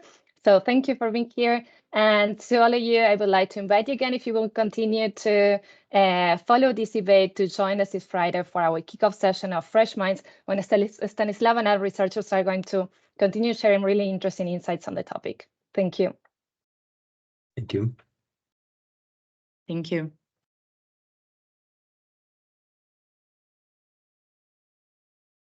Thank you. Thank you, Paola, Carolina, and Stanislav, for this really interesting panel. Now we can have maybe 1 minute just to collect any questions the audience might have. Otherwise, we will start the break and we'll have 10 minutes to drink a glass of water and come back. Anybody who wants to raise the hand? There are a lot of people, so even people might be shy.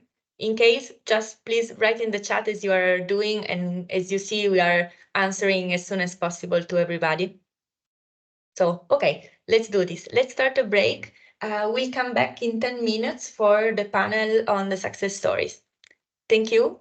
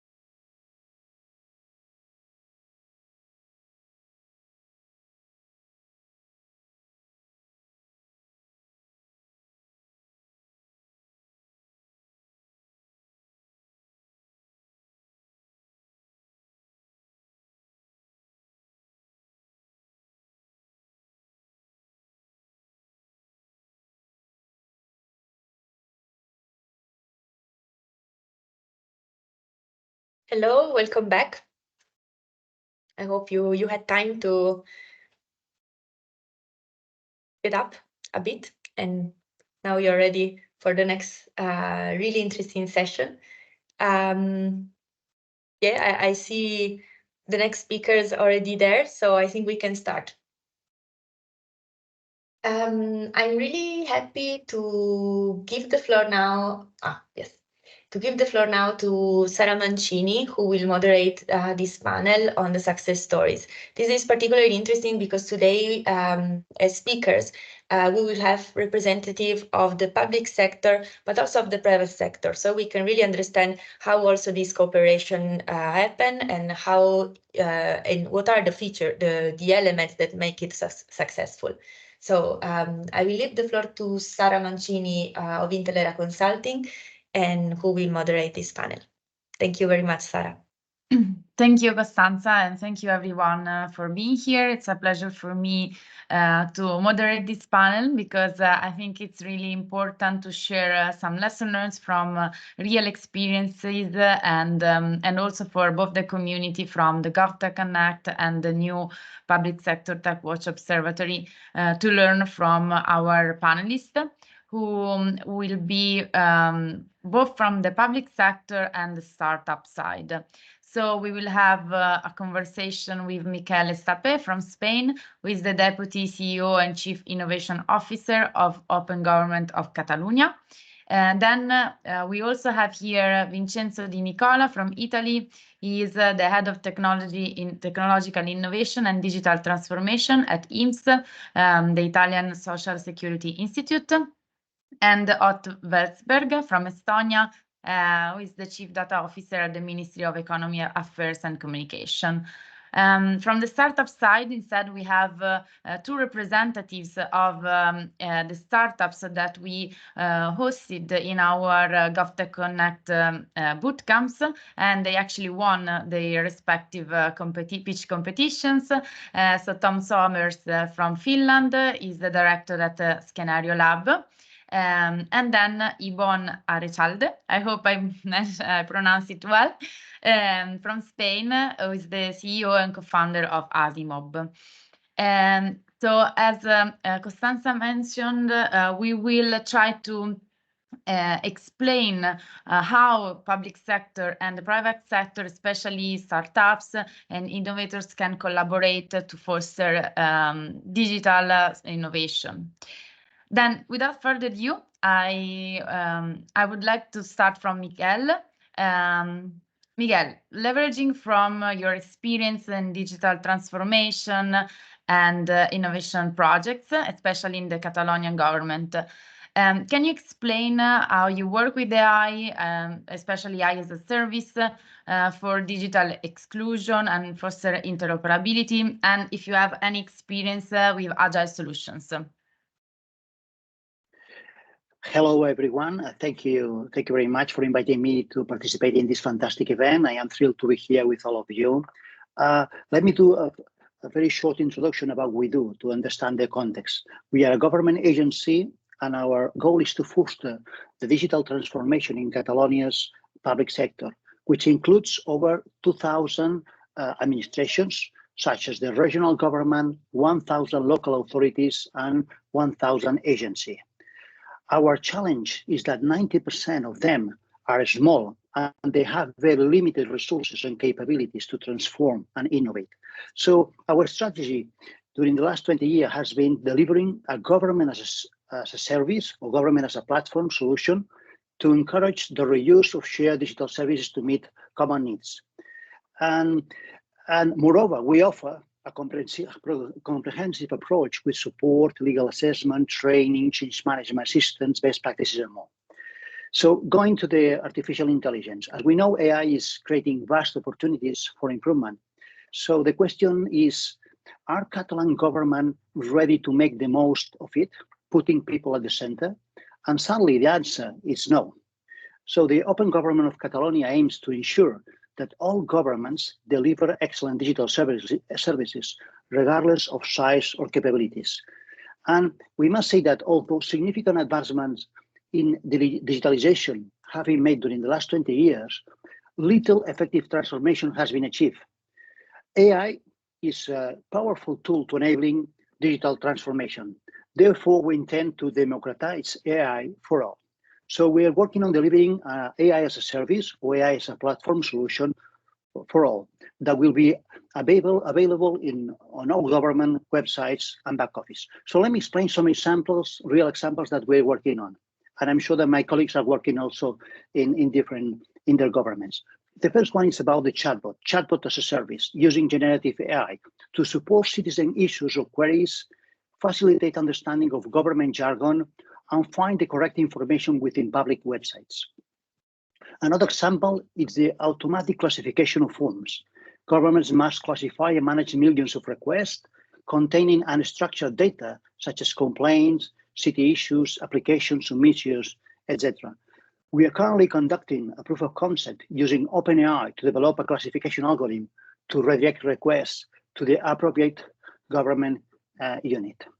We are also piloting a robot process automation solution to process social benefits in the area of poverty report that require a lot of complex tasks and data verification with 5 different government entities. So currently the process is very inefficient and over 50% of entitled individuals do not receive their social benefits. Through our pilot program and using AI, we have increased the benefit take-up rate to over 90%. So these are just 3 of the examples. We're working in many more that we think we can get great benefits. So our approach offers significant benefits. The first of all is about the huge economic savings because of the economy of scale.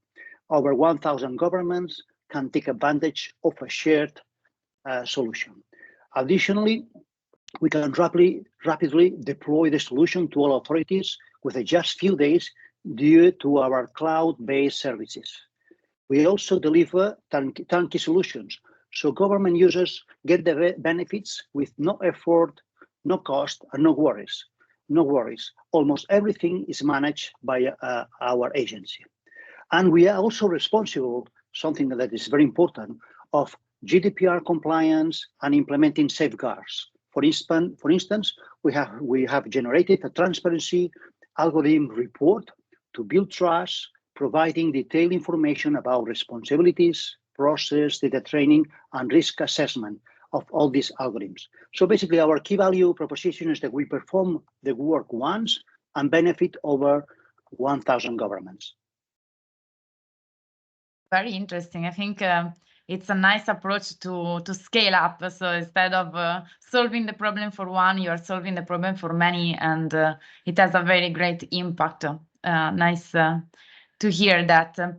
And yeah, I would like now that we learned from a public sector organization, I would like to turn instead towards a startup perspective. So, Ibon, can you maybe explain how you and your solution, Asimob, are helping the public sector? You are a Spanish startup, so we remain more or less in the same region. And what is the solution? How you help the public sector organization, and also if you want to share your experience with the acceleration programs and how they can help in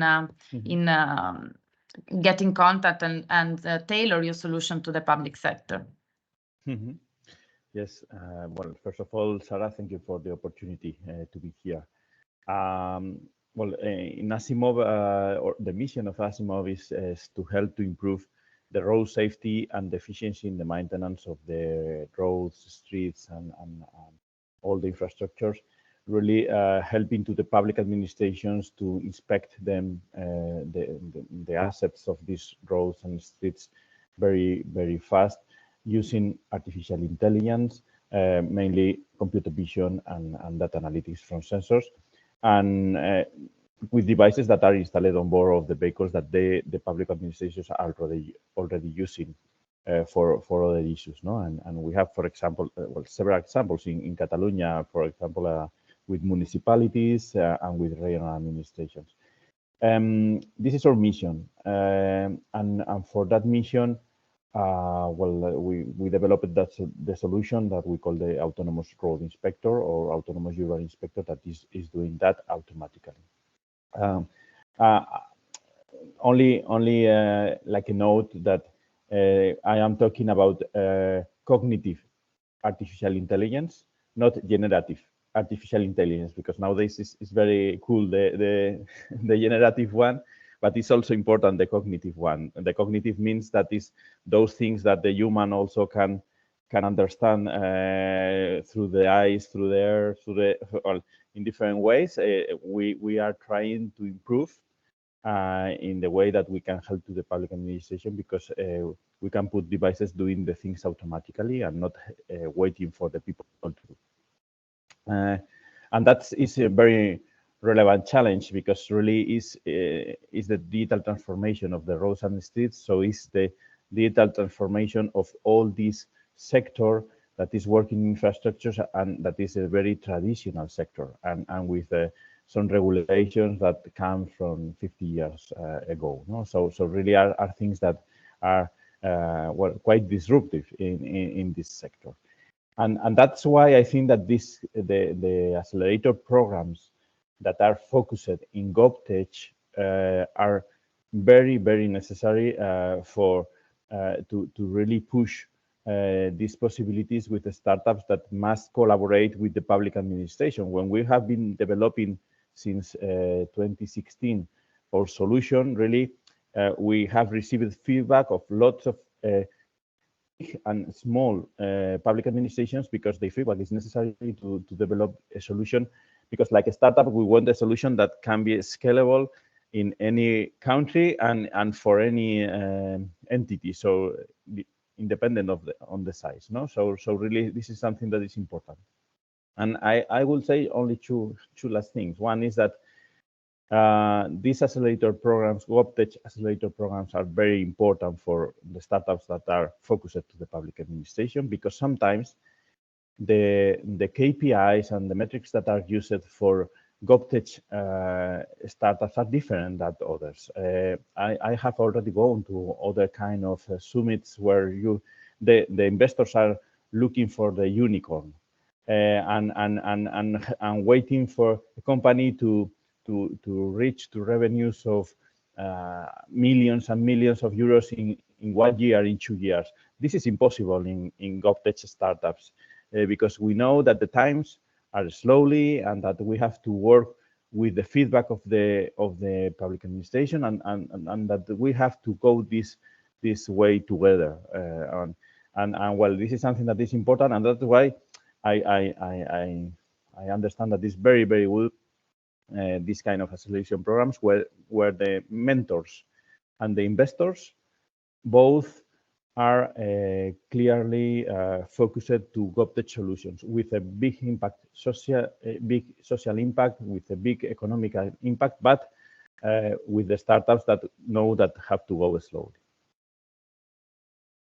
Thank you, Ibon. And I completely agree that the public sector has its own peculiarities that are really different and should be treated in a different way. So, and I'm curious now to turn to Vincenzo, because he is the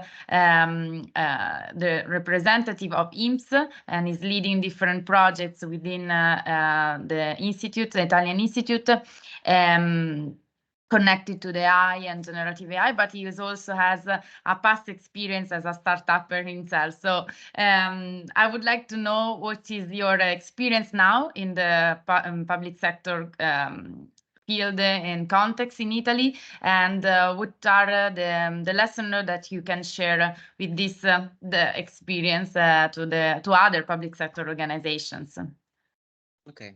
Thank you very much, and thanks for the invitation. Vincenzo Nicola, Head of Technological Innovation and Digital Transformation at IMSS. IMSS is the Social Security and Welfare Administration of the Republic of Italy. So we deal with retirement, pensions, and employment benefits.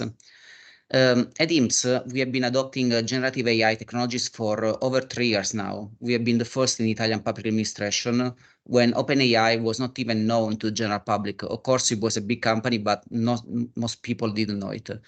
And back then we started with GPT-2. I mean, seems like ages ago, but GPT-2 was open source, and that was actually very important for us because not having an external company and wanted to do something with AI, we wanted to enhance our services with AI. We used open source technology, and we deployed it internally to our servers. So we went in production, as we say in jargon, and we applied to services unknown to the user. So we applied AI behind the scenes. So it's something like we replaced the engine, the classical engine, the classical technological engine of the service, and we plugged an AI engine. And if to make a metaphor, it's almost like we moved from a Fiat Panda engine, I don't know if you know, like the Fiat Panda, all the engines, to a Ferrari V10 engine, Formula One Ferrari. And you know what? People outside, I mean, me as a user, I don't see it, but the results you can hear it, you can see the noise, the roar. And where we applied these modern AI technologies, we applied in 2 areas mostly: for process automation and decision support. The first example is with the certified emails. So Italian citizens send certified emails to us, to IMS, for a number of questions like how can I get my retirement? How can I didn't receive my payment? How can I get this benefit? And you know what happened? There are people physical people that receive these certified emails and they read it, they understand the topic, and they dispatch it manually to an operator that can answer this question. It's almost like the old times in the movies where you would call a person and there is like a lady that plugs the telephone cable and puts people in touch. And we said, look, I mean, this is time consuming. It's like, it's not even the most efficient use of a person's time, and it's logo rating. And we applied this AI engine that can classify emails directly and can dispatch them to the appropriate person who can reply to the citizen. A win-win for everybody. The citizen gets an answer quicker. The operator is freed from tiresome work and can apply his time to something more valuable to citizens. So it was a fantastic success, and we applied this system to most Italian cities, at least the most important, the ones with the most population. I mean, it's fantastic, right? Yes, but you need to be very, very careful because we noticed that AI-based services require a total different approach to classic software engineering. And you need to constantly monitor the models, otherwise there is a degradation in response. So MLOps becomes like a crucial part of the process. Also, another problem is this. Before I said we moved to a Fiat Panda engine to a Ferrari V10 engine. Well, the question is, who is able to drive a Formula One, Ferrari Formula One? Well, a person like Michael Schumacher or Hamilton or Verstappen nowadays. Well, unfortunately, there are not that many pilots like them, not just in Italy, but in the world. So something like it's a problem, and an easy temptation is to delegate AI services to external companies like OpenAI that have a wonderful technology. But there is a problem. We, as a public sector entity, we have sensitive data. And it's very tricky, if not impossible, to send this data to these external companies. So the only answer is that the public sector, public administration, has internal competencies to develop these models and to apply this technology towards the citizens. So competencies become like a crucial point. Yes, it's a very known problem, and I completely agree. Also, working with the public sector, we are helping this organization to also build their competencies and reduce these challenges. So thank you. It was very interesting. Now then, we learned from Michele and Vincenzo from the public sector side, and we will ask also Otto later on the point of view from the public sector. We also have Tom, who is from the other startup, Scenario Lab, that won the other pitch day. And And we learned that in the public sector, one of the most used use cases concerning generative AI and these kind of solutions. But as Yvonne was mentioning, you are also using other type of technologies to help the public sector. So can you tell us a bit more what is your startup solution and how you are working with the public sector? Maybe also which kind of public sector organizations and what are the benefits of this collaboration? Absolutely. So first of all, thank you ever so much for having us here. It's an absolute pleasure to be speaking with you all today.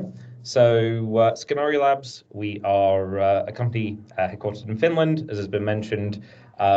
We use artificial intelligence and machine learning techniques in order to help organizations of varying types, work with public and private sector, to essentially provide a linkage between value, risk, and performance for all buildings everywhere.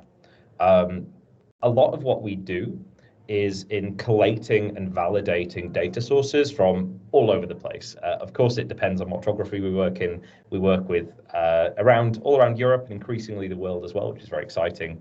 From, of course, the Nordics in Finland and Sweden, down even to countries which are fairly early in their kind of data transformations, places like Montenegro, Croatia, and everywhere in between. Or we'd like to work everywhere in between, I should say. What we do is we build out traditional engineering models in order to essentially figure out things like value and energy and carbon usage of every individual building across enormous scales. So there's a few ways that we've done that. So in some cases, we're doing it for public organizations that manage assets. So for example, Sernati, which is the federally owned property management company in Finland. We work with them alongside about 200 local municipalities in order to essentially help them manage and model their existing property portfolios. And that's everything from social housing through to schools, through to some businesses and offices and all kinds of things, as you might imagine. What we've done there is look at things like how are those buildings constructed? What are the materials? How are they used? By how many people? Of course, their exact locations and shapes. And then we look at things like local weather, which, as you might be unsurprised to learn, is usually open data. We look at things like water courses and flood risk data in order to help them manage these asset portfolios at very, very large scale and look at, okay, like what's the risk of for these buildings? How might that risk change as the climate changes? Are we likely to see increased levels of flooding, increased levels of heat, less of a risk in Finland, I will admit, and things like that. And we look at, okay, because we know what they're made of, we know what their primary energy systems are, we know how much energy those buildings are using to heat them, to cool them for their standard usage. And we can compare that, of course, to energy bills and things like that to make sure, well, is this building overutilized, underutilized, those kinds of things. And increasingly what we've been asked to do, and actually we did this for the Greater London Authority 2 years ago now, we're able to model this at really, really large scale. So for them, rather than looking at buildings they own, we looked at every building in their area of interest, which at the time was West London, which is well over 1 million buildings. So for that, we modeled every building individually, and we not only looked at what we thought the energy usage would be, we also then looked at, well, okay, what happens if you retrofit those buildings? So you change out all the ancient Victorian windows there are in London into much more modern double or triple glazed units. You switch out all of the natural gas usage for things like electrified heating, which is very popular in places like the Nordics, in the Netherlands, for example, much less so in the UK. And so what might that cost? The answer, quite a lot. But what might it save, both in terms of the energy bills, but particularly in the amount of carbon that we might save? And the advantage that we have in using AI and machine learning is that we're able to do these kinds of things at really enormous scale. And something I wanted to say, actually, just in answer to your question, Sarah, is what's really important about AI, and this is both an opportunity and a little bit of a warning, is when someone comes and tells you, we're using AI, the first question you should always ask is why, and then followed closely by how. Yvonne mentioned, we're not using generative AI, using cognitive AI. We're quite similar. There's a couple of reasons for that we can talk about another time, maybe. But what we are not using AI for is the energy model.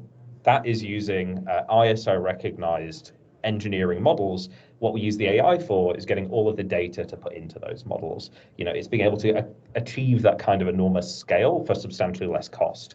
So what we're therefore able to do is go, okay, we can look at when a building was built, what it's used for, and we can use AI to help us figure out, okay, well, what components are likely to be in that? You can find out a lot from the data that you have and use AI to fill in the gaps, and then you can then go and validate that in a few different ways. So it's in being able to achieve the scale, but then using kinds of models to make sure that our results are comparable. People can check them. We get checked all the time. No one ever believes it's the first time around, which is fine. And then make sure that we can improve what we do using recognized standards. So thank you.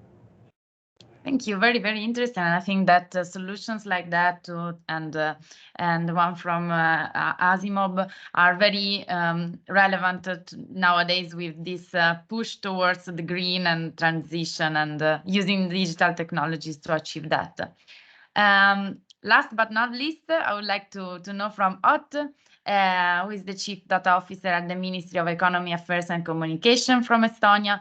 And since Estonia is one of the most advanced countries in Europe concerning digitalization and innovation, I want to learn also from you what is some experience you have in this kind of solutions and what are the most interesting initiatives that you have been following in these days. Thank you. First of all, pleasure to be here. Extremely important topic. So for those who don't know who I am, I've been serving as the government chief data officer for the last 5.5 years. So quite long time, and been filling in the position as the first government CDO.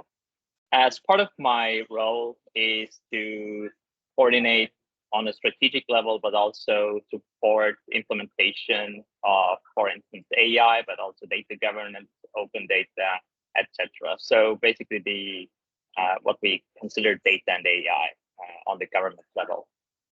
So part of so our journey actually started when I joined the government in 2018, and back then the government itself hadn't done actually a lot when it came to AI.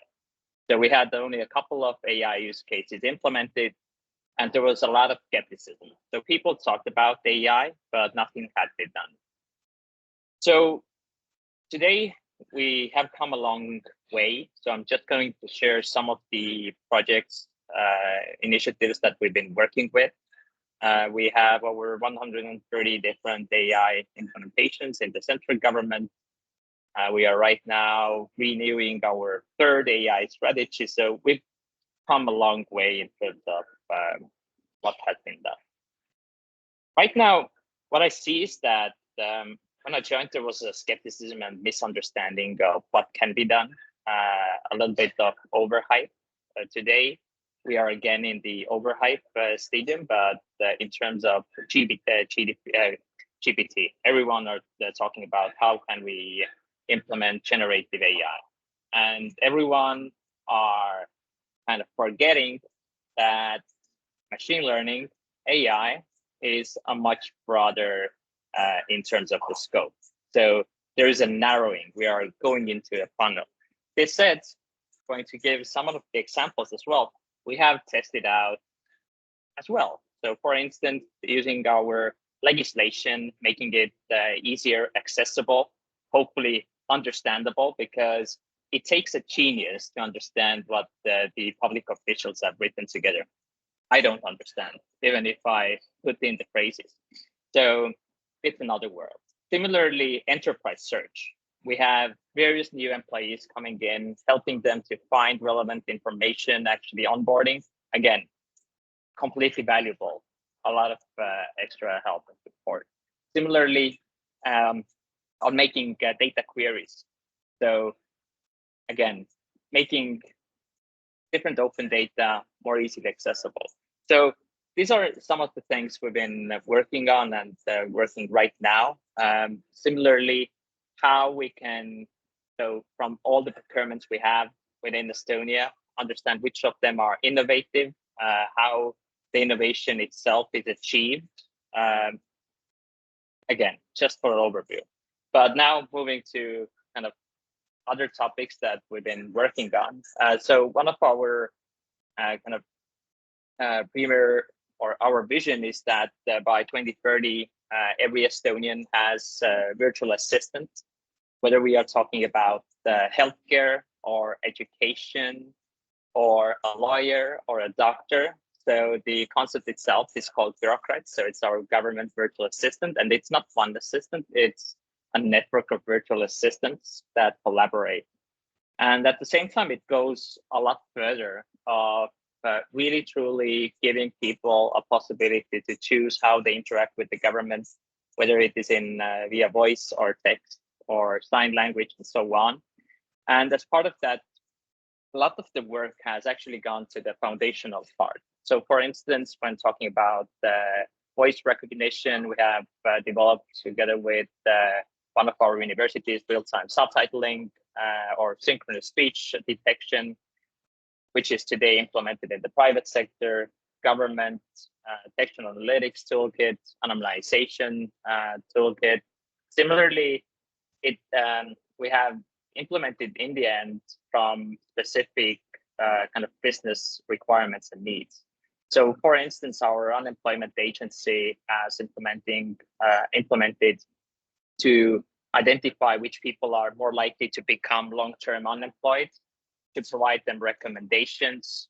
We similarly have used AI for optimizing teaching. So teachers oftentimes don't have enough time to get to all the students. Typically the mediocre or average student gets the most attention. Those who are faring well, who have difficulties, don't have time. So how we can optimize teaching on a kind of a society, on a whole of society level. And similarly, a lot of projects have been to remote sensing. So from identifying clear cutting of trees, what types of crops are being harvested, what types of crops are actually being produced, and so on. But in short, I can say that there isn't a field that isn't affected by the change that we today see. So AI is truly radically changing the way organizations operate, and hopefully it gets us one step closer to being data-driven as well in the way we think and work on our daily lives. So that's a really quick overview. Thank you. Thank you. No, very, very interesting. We will go back to your experience. So, and I think it was very nice to learn from what are the real use cases that there are, I mean, from your experiences, and more can be found in the observatory that was launched today. Now I would like to deep dive a bit more on the collaboration side. So how public sector and private sector, and especially small, medium enterprises and startups can work together. Then starting again from Mikel, you're the first one. I turn back to you because I would like to know how you in the Open Government of Catalonia manage these kind of relationships, and what are your typical collaborators, or how you collaborate with the public sector and startups in particular. Yeah, let me do a very brief introduction about how we work to understand our approach.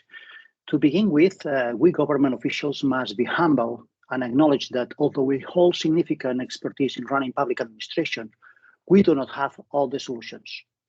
Secondly, in today's fast-changing world, solutions that worked in the past may no longer effectively resolve the current problems. And thirdly, great ideas are spread around. So we promote open innovation and collective intelligence practices because we know that some outbreaking solutions will come from outside the government. Therefore, that's why we have defined a citizen-centric strategy and also a GovTech strategy that I would like to share with you. Our development methodology involves using design thinking and lean startup. So we require agile, flexible, and innovative companies opening to working initially with small budget contracts. And the thing is that almost always these companies are small and medium enterprises or startups that fits this profile. So we spend a lot of time scouting the market for the best companies. This involves examining the most advanced government initiatives and contractors, analyzing procurement tenders, and conducting preliminary market consultations. And also, we organize a digital government congress with a specific space for startups. So allow me to share some insights from our collaboration with startups. Innovation means creating new value for the public. So it is a slow and challenging learning process. Companies must be willing to experiment, learn, and iterate with the users, which can be challenging. So they must navigate a complex and sometimes frustrating legal framework. And all of these must be accomplished, as I said, with limited funding. So it is essential to understand for these companies that there are no significant short-term economic benefits. During this initial learning phase, companies may have to invest and operate with small budgets without any future commitments. Therefore, one of our learnings insights is that we have to build trust between the open government of Catalonia and their startups. This is crucial for overcoming all the challenges. So the goal at the end is to form a partnership relationship, by investing in and trusting each other. So it creates more significant opportunities for growth in the future. And I would like to share a specific example with you. We have developed an advanced facial recognition technology. We have implemented an advanced facial recognition technology that allows citizens to obtain digital identities from the comfort of their homes. This solution has been especially helpful for foreigners and Catalans who live abroad and struggle with our standard process. So we are proud that over 200,000 people have benefited from these solutions. So we implemented this solution at the beginning of the pandemic, making us one of the first governments in Spain to do so. And currently, we're one of the few governments in the world that can issue digital identity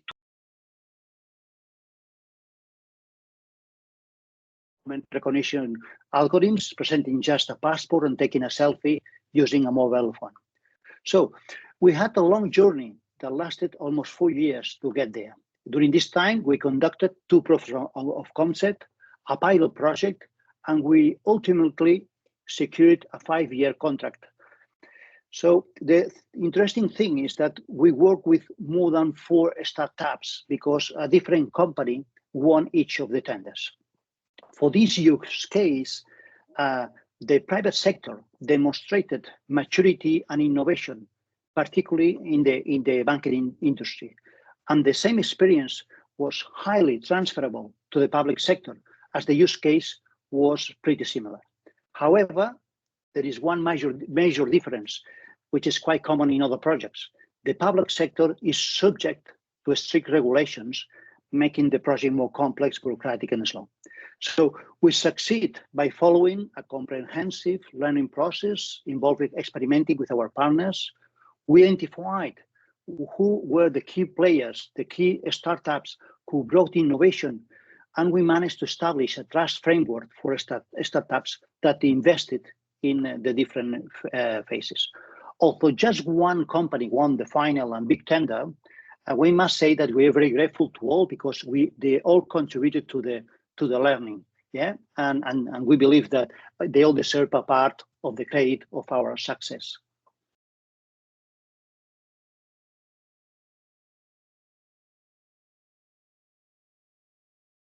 I was muted. Okay, so thank you. It was very interesting, and I'm curious to know if also in Italy, Vincenzo, you are working with startups, as we learned from Michele, or if you prefer other type of collaborations. Okay, so actually I echo a lot of Michele's thoughts. I mean, like it's been very. I don't have too much else to add. What we can say is that we know in Italian public administration that innovation, especially in artificial intelligence, comes from the private sector. It's a known, it's a given. Think about this, even a generative AI started from Google with the paper Attention is All You Need, but it was actually implemented and brought to real life from a startup, by startup OpenAI. Now, we as a public administration, we face a major problem that when we want to build technology, the regulations, the laws are anchored to an old way of thought. It's also, we rely on major contracts, like worth millions, if not billions of euros, and they are vetted by the National Treasury, by the National, I don't know how to say it in English, but the national law system, and also anti-corruption compliance. This is I mean, I understand that there is a reason behind it, but on the other side, the problem is that startups cannot apply to these contracts. It's impossible for them. I mean, they don't have the resources, they don't have the money, and also these contracts are very, very long. So you need to apply like 2 or 3 years in advance to win it. So the system is against startups, unfortunately. And so, I mean, I don't have like a solution, but I just want to bring this point. It's very hard for us to work with startups. What we do, we work with major companies, like of course, like these companies that win the contracts. But on the other side, these companies, they rely themselves on startups. I mean, think about Microsoft. Microsoft relies on OpenAI for AI, and many other major companies rely on startups. So what we can do, we can invite these major companies to work with startups, to say, look, we like this startup, please work with them, because we believe that their solution is very good. That's like the way that we can, I can say, bypass this obstacle. Of course, it would have been much easier, much nicer to work directly with the startup. Also, what we do is we are very willing to support private initiatives that build open source models. So it's very important because we, as Italian public, one of the biggest Italian public administration, we have a lot of data, and these models. I mean, to do a metaphor, I don't know if you remember like an old commercial by George Clooney, by Martini, no Martini, no party. Well, I could say no data, no party. Without data, I mean, you cannot build anything. And luckily, we have a lot of data. So what we do, we work with private initiatives that are aimed to build open source models, because once they do it, we can use it. We as a public administration, we can use it, and also other private companies that can use it. So that's how we can actually sponsor these initiatives, and we can move like the technology forward. Of course, I mean, I love to work more with startups, but you know, it's like it's complex, but we find creative ways to bypass the problem. Yeah, and in fact, I remember that recently some of these new calls for this contract framework from the public sector had some incentives to bring into the consortium some startups to help at least in this collaboration to start. Yeah, just maybe finally to get more in the final point of view from the demand side, so towards OT. What is the strategy in Estonia and in the ministry towards this kind of collaboration with innovators, startup? What was the journey that took the Estonian government towards this type of collaboration? You mentioned also university. So how you are structuring this type of innovation process? Absolutely. So the innovation itself is quite extensive. So first of all, almost everything that we do in collaboration with the private sector, also our research institutions. So collaboration is a key aspect. However, to making that collaboration actually possible and to build a community around it, we do have some expectations also from research institutions that we fund and so on. So first of all, open source. So when we fund any development, we require, if there isn't any specific reason that the solution itself is available through our government code repository. And this actually allowed us in many ways to extremely quickly accelerate the implementation. So for instance, with text analytics or real-time speech recognition. And in some cases, the solution itself that we developed from a government needs basis was, and still today is, more implemented in the private sector. So we are actively also trying to see if what we are working on, there is a dual usage between public and private sector. Last year, we did a more extensive analysis, and what we found out was that unfortunately, government needs are not all that typically on the mind of private sector. So accessibility of services or information is not the top priority, whilst from the government perspective, you need to be the top player, basically. But again, moving to the collaboration part, last year we did our first Gaggle event, and so last year also one of our national energy company finished their Gaggle competition, which their event saw over 1 million people looking at the page, over 2,000 participants. So just showing that through making data available, outlining what is the problem that you try to find solution, you don't need to procure. You can find solution with the community. Similarly, we have rethought of how we are actually getting partners on board. So we have huge framework procurements, in some cases over 80 proposals. And the typical for those who are not from the government are like 1 to 3, maybe sometimes a bit more. But imagine if you have 80 partners, you can body this expertise. So that's another way. And continuously testing out the branding that we are ready to test whatever you are building right now. So Estonia as a sandbox. And there has been quite a lot of interest in doing that. So interest from the small, medium enterprises, or is it more in general, just out of curiosity? Actually, both from the SMEs, so kind of startups, but also major companies are trying to get their position in Europe. Very interesting, thank you. Okay, so now I want to learn more from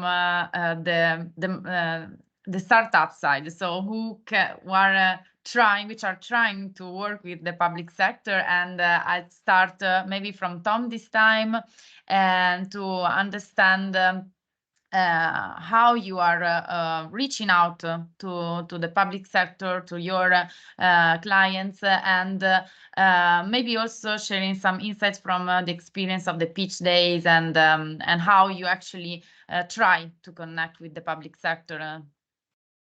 Yeah, that's a great question, and I'll touch a little bit on what others have said. I'm aware of time, so I'll be fairly quick. In terms of one of the big challenges we have is something that Vincenzo mentioned absolutely correctly, which is that it can be very hard for smaller businesses to get onto the kinds of procurements that the public sector does, especially the sorts that are at the kinds of scale which obviously for us are going to take us forward. You're in small businesses generally to try and grow and innovate and do new things. And that means we need to find access to, some of these big longer term opportunities where we can collaborate and hopefully grow solutions together. What we found is that the best way to access a lot of those opportunities is in collaboration with larger existing suppliers. We've had to recently pretty drastically increase the amount of insurance capacity that we've got in order to get onto certain public frameworks. So we can do a bit more ourselves. But even so, with the stuff that particularly that's a multi-year agreement, we've worked with guys like Arup, for example, big consulting kind of organizations, and events like the GovTech Connect. They're very helpful in a couple of ways. One, they get us in front of some of those kinds of organizations as well as the public sector themselves. And the other is that they give us credibility. People we went through a whole process to get onto that. We went through a whole process to pitch. That was great. It helped us develop, but it also shows, other organizations that we know what we're doing. We know what we're talking about. We're not just like, we're two guys in a garage and we say AI a lot. So that helps. The other thing really for us is learning problems. Like that's something, particularly with the public sector, we find that sometimes people can be a little bit embarrassed about challenges, but actually challenges is what we need. We've got underlying tech and we're very proud of it. We think it does cool things, but if it's not solving problems, there's no point. And so from our perspective, being able to get those kinds of ecosystems and places like this, where people are very willing to talk openly about the kinds of challenges that they have in the public sector, that's when we can start going away and going, can we address this? Sometimes no, of course not. But there are always times we can go, right, we think we can do this, then we can have a conversation. And rather than just be, we're trying to sell you a thing, instead we can go, well, look, we know you have this problem. Here's how we think we can address it. And if you're interested, we can get things moving very, very quickly. So I'll probably be messaging Ott when he said, oh yeah, we're able to do test beds. It's like, great, we've got things to test. So yeah, that's exactly, stuff like that is exactly why things like this and things like GovTech Connect are great. Thank you. Very, very interesting. So now, more or less the same question to Yvonne. What is your point of view on collaborating with the public sector? What are your lessons learned, and what is your strategy, and how you try to reach out and connect? Mm-hmm. Yes. Well, first of all, I have to say that in the development of our solution, we have needed this collaboration, mainly with the technical departments in the public administration. But because when we are talking about public administration, it seems that it's only one entity that is managing all coordinated. But really, when we offer this kind of services, we have to be in touch with the Department of Innovation, that sometimes is this department that is scouting the new solutions and is trying to help to the rest of departments to apply that. Then we have to talk with the technical department, in our case, the technical departments of roads or management of infrastructure. Then we have this limitation that somebody has already explained it, related to the contracts and the tenders, these previous references that we need for the tenders and that we are not going to get. And then, and sometimes this only can be solved like they have explained it for in Italy, that is aligning the solution of the startup with a big one. But this is a problem. Normally, it's a problem for the startups because you can normally these big companies, they want exclusivity, they want to work only with them, or these kind of conditions that can be a problem, no? And I see that sometimes the regulation has a lot of limits and is not prepared for these disruptive solutions or things that could be changing really the things. Then another barrier that we have found in our case, because of solution, is a solution that generates transparency between the responsible in the public administration and the real status of the infrastructures. Sometimes there is also a barrier in the middle because the private companies sometimes are not so interested in give this transparency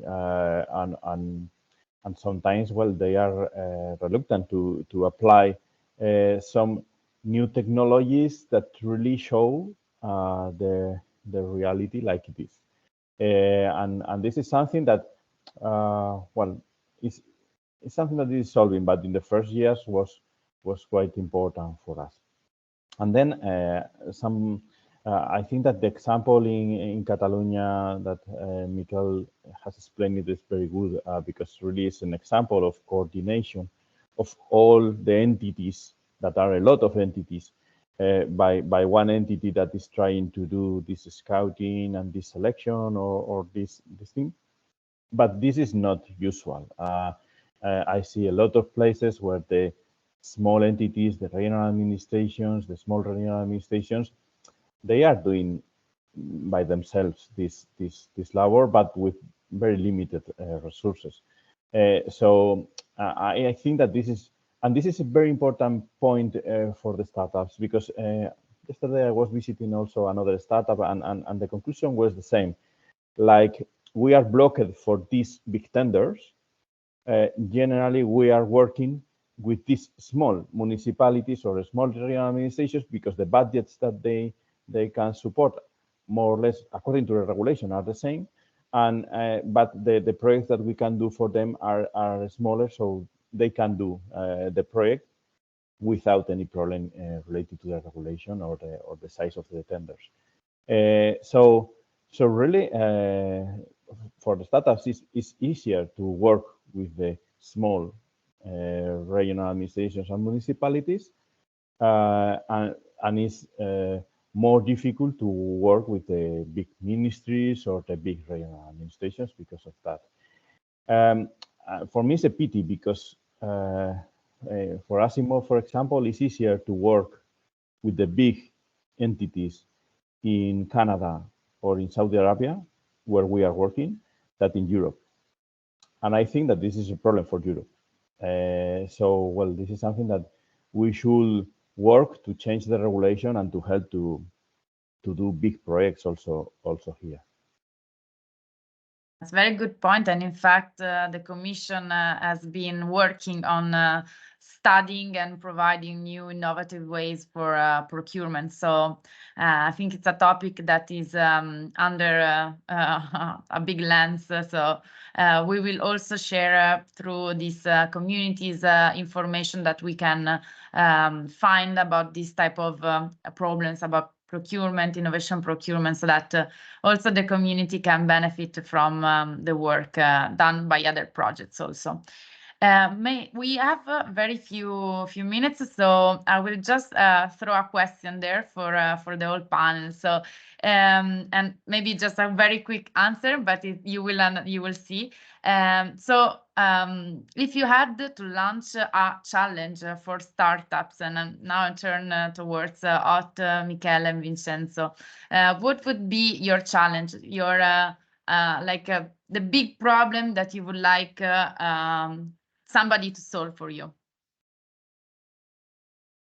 So I think what we forget oftentimes is data accessibility and data governance in general. So from a government perspective, I would throw out as a challenge of, let's make all government health data accessible using privacy enhancing technologies. Tell me what is the best solution. It can be synthetic data, homomorphic encryption. You tell us how we can truly support Europeans' data economy the maximum. On my side, I mean, there are two problems. One is relatively easier, which is data anonymization. And I echo what Ott said, like there are approaches through synthetic data to be able, that allows to anonymize production data in something that can be like given maybe to the outside public or to, I mean, like universities for testing. But most importantly, one problem that we really need to solve, and I believe through startups, is the creation of a large language model fit to our national language and culture, which in my case is Italian, because nowadays we rely maybe with the Llama 2. Llama 2 is trained only on 0.11% on Italian data. And I believe in Germany, I believe it's 0.16%, or in French, 0.2%, something like that. It's, I mean, you can see it in the quality of the answers, because it's not as crisp and precise as the same questions that you can ask in English. And even the type of answer is geared toward like an Anglo-Saxon like mentality. So we need something that is more geared toward both our language and our like way of thinking. And that's something that we love startups to solve for us.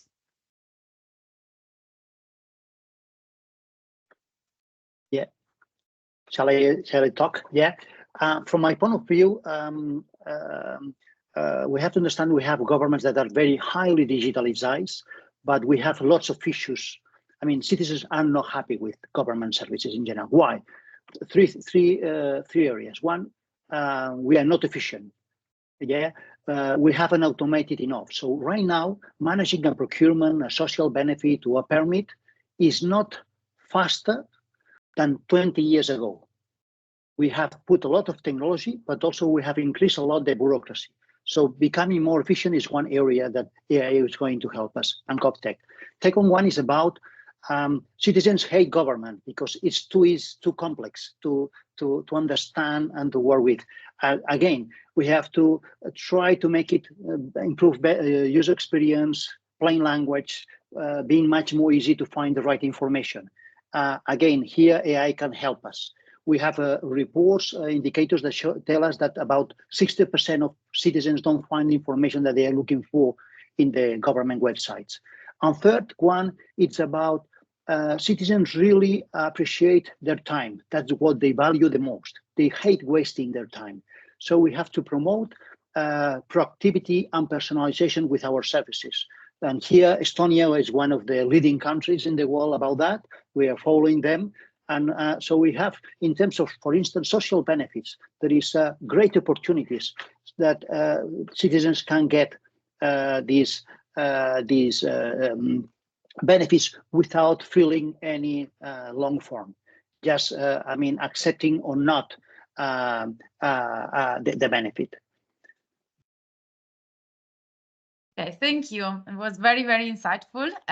So unfortunately, we finished our time, but it was a very nice conversation, and I hope that also the audience liked it. And then I thank you all and leave the floor back to Costanza. Thank you. Actually, Thank you there very are much. some Thank you. questions in the chat that I might address to you if you're still available. For example, I think that this one is for Ibon. One person asked, what's the main difference between Canada and EU in the collaboration from your experience? I think you were talking about this in your previous intervention.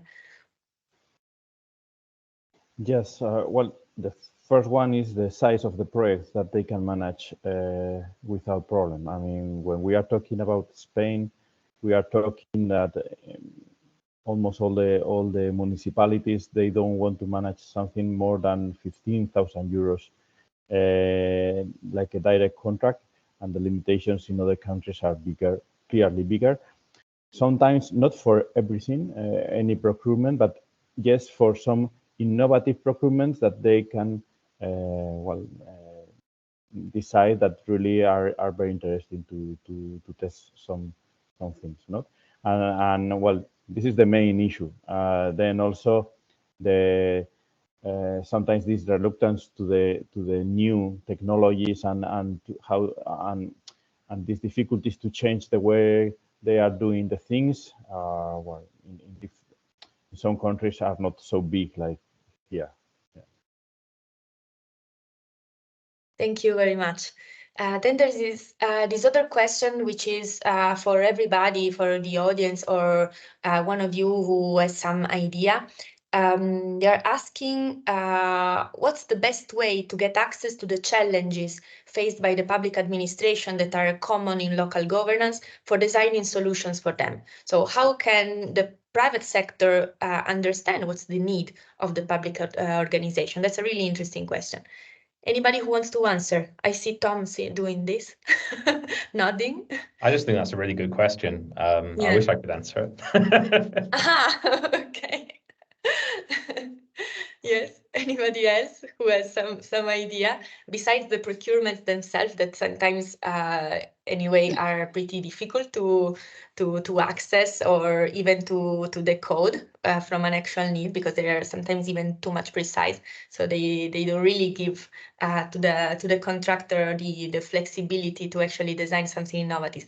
This is why the innovation procurement actually is an interesting tool that the public administration can use to actually give an open floor to the contractor, to the potential technological provider, to provide a solution which is custom on them. I think that Stefanos included also a link on innovation procurement in the chat that you can find with also some guidelines. Anybody else who wants to comment on this? I mean, for instance, I mean that's a hard question because but for instance, we publish all our key performance indicators, all our impact indicators. So that's a really good start. We are very good in some areas, as I say, digitalization, but we are very bad in others. So that's a really good start. Trying to find what is the big issue, what is in government. It's important, and it was said before, AI is a means, it's not an end. So we have to start with the problem, with the social problem we want to fix. So if we look at our data, you can see where we have a long way of improvement. And one of them, for instance, is efficiency. And another one, it's mentioned by Sarah, it's about the skills from the public administrations. And that's another great topic that we don't have time to tackle. But looking at the impact indicators is a good start. Thank you very much. I'm reading another interesting question, given that we have still a few minutes. How does the competitive landscape among technology vendors impact the availability and quality of technological solutions in the public procurement? Are these risks associated with a lack of competition, such as vendor lock-in or monopolistic pricing? And how can public procurement policies mitigate these risks? Anybody from the speakers who wants to try to give an answer to this?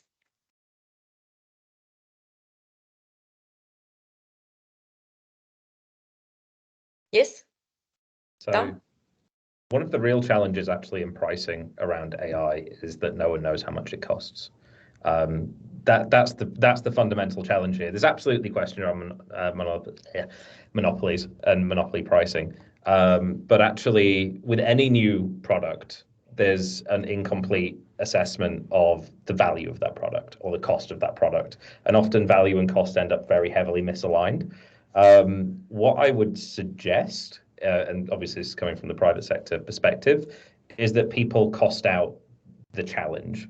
So what's the value being produced? It's very easy to invest enormous quantities of money into solutions, but actually if you understand the amount of cost you're getting from a problem, or potentially the amount of value you get from an opportunity, you can then at least set a pricing structure that makes sense regardless of the solution. Because at the moment you can put out a problem statement and you can probably get from various different companies, incumbents and startups, like 5 or 6 totally different approaches to resolving that.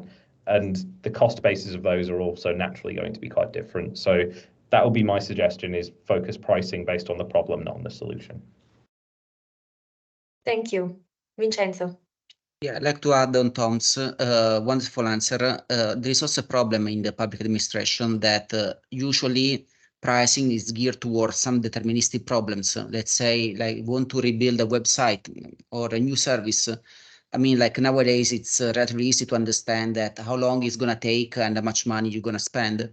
With AI, we're still in the research phase, and maybe the solution is not deterministic. Maybe you can find a solution, maybe not. Maybe it's good, maybe it's not good enough. It's still in the realm of uncertainty. And also to compare different solutions, it's not like comparing like something like a Formula One with like a Fear Panda. It's very difficult to evaluate different companies because some companies have some key selling points on technology, some others have other key selling points. So it's very hard also to compare solutions. So, I mean, there is no easy answer as of today regarding AI. Thank you. Absolutely. Maybe just one last question from Stefanos, who is asking about cross-border collaboration between like providers and the public administration. So do you have experience of providing a solution from a company which is not from your country, or to provide your technical solution to a public administration which is not in your country? So is it easy and is it frequent? Who wants to go first? Yeah, I don't know, Vincenzo, if you have experience in that area. I mean, it's really hard. It's really hard. I mean, we do a lot of collaboration. As it was said, collaboration is key. We do a lot of collaboration cross government, and it's really hard. within our country, even within our region. So in terms of international collaboration, we have very little. We are involved in several European projects, but apart of that, we don't have any experience right now. I don't know, Vincenzo, if you have. On international collaboration, it's like you said, Michael, these events are very important. I mean, for example, to know what you guys are doing, but it's not like very, there is no such higher scheme or things. Yeah. Maybe what we can add is that from the private sector point of view, the public sector tech watch and these type of initiatives that actually try to also to contribute to the single market in EU can be a way also to find other customers. Yeah. Maybe they see a case which is exactly the same that they do in another country, so they can also understand that they can sell the technological solution to another government or to another municipality across Europe. So we also hope that this can help, and you just have to download the data and look on it if there is something interesting for you. We are looking forward to it. Yeah, thank you. Really good. Thank you so much to everybody. Now, just before closing, I will share again my screen for a last conclusion. And I will give the floor to Stefanos, who will introduce the Best Case Award. Thank you, Constanza. Thanks to all the panelists. It was a very interesting discussion on how they managed to collaborate private with public administration. It's quite interesting and thrilling. Of course, this cross-border dimension, I hope that we can help increasing the collaboration there, the engagement of actors across border. But I think we are decreasing in numbers, so also it's close to lunch break, and I will just be fast closing with this announcement of the Best Cases Award that we have this summer, this June, end of June. We schedule it for end of June. What it is actually, this Best Case Award is actually an initiative that we want to promote by engaging solutions from public administrations on emerging technologies, so they can be recognized and have this award from us to give this recognition of what they have achieved. We will have two categories. One is going to be government-to-government solutions, meaning that they they give some opportunities and increase the value internally by, for example, let's say data governance that increases and improves how data is distributed, how it's processed inside the organization for better administrative processes. And the other category is government to citizen. So it's more about the service, the delivery of innovative services using, of course, emerging technologies. So the criteria actually that you can participate, there are 5 criteria. One, it's that, of course, it has to be a European country. We already received requests also during this meeting that we should open up and look in different dimensions and not only in European-based countries. So also we think about this, we look into this. For the moment, it's only OECD and other organizations, not us, that they provide this overview, but we will look into this as well. Of course, the solution should be implemented by public administration with an SME or service provider of this emerging technology developing this public administration in whatever level of government, national, regional, or local, and should be categorized under the classification functions of government developed by OECD, meaning the general public services or services, for example, on health or transport, etc. I mean, the list is extensive. You can have a look. The solution also has progressed beyond the initial stage. So it is also pilots. Actually, we receive pilots with pleasure. It's like we just also assess the level of maturity of the cases. And of course, based on the participation, we might have some changes in this criterion and also the other criteria, but mainly on this. The applicant organization, of course, it's registered in the joiner platform. So this is another incentive for you to be members of our platform. And the case is reported on the Public Sector Tech Watch team through the reporting form, which is, of course, the official way that you can participate in this best case award. All the links, they are provided in the link, or we will provide also. Of course, you can also have a scan here to check the submission and the whole process of the award. So the submission is open. It is open even before February, but let's say that as of now, you and until the 6th of June, you can submit your use case through the self-reporting form.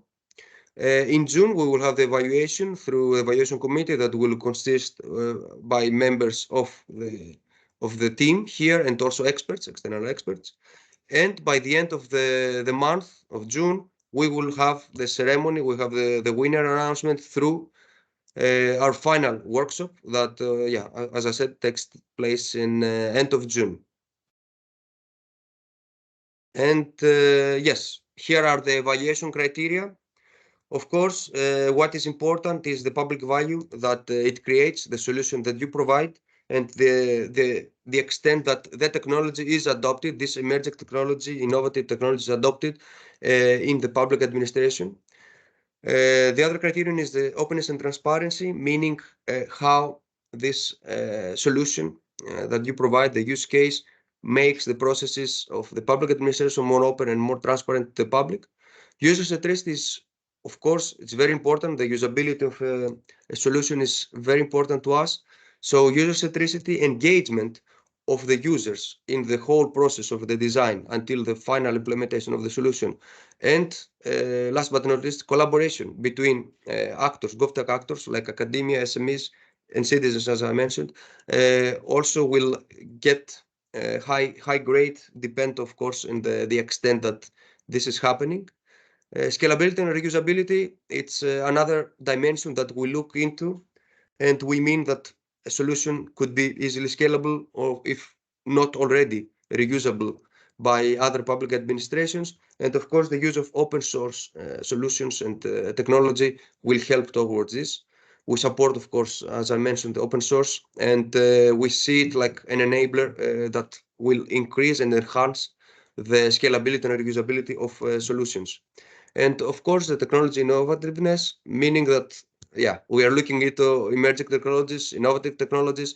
So, yeah, this will be an extra plus for us. And here, yeah, why to participate? Of course, already I think all of these points have been mentioned already.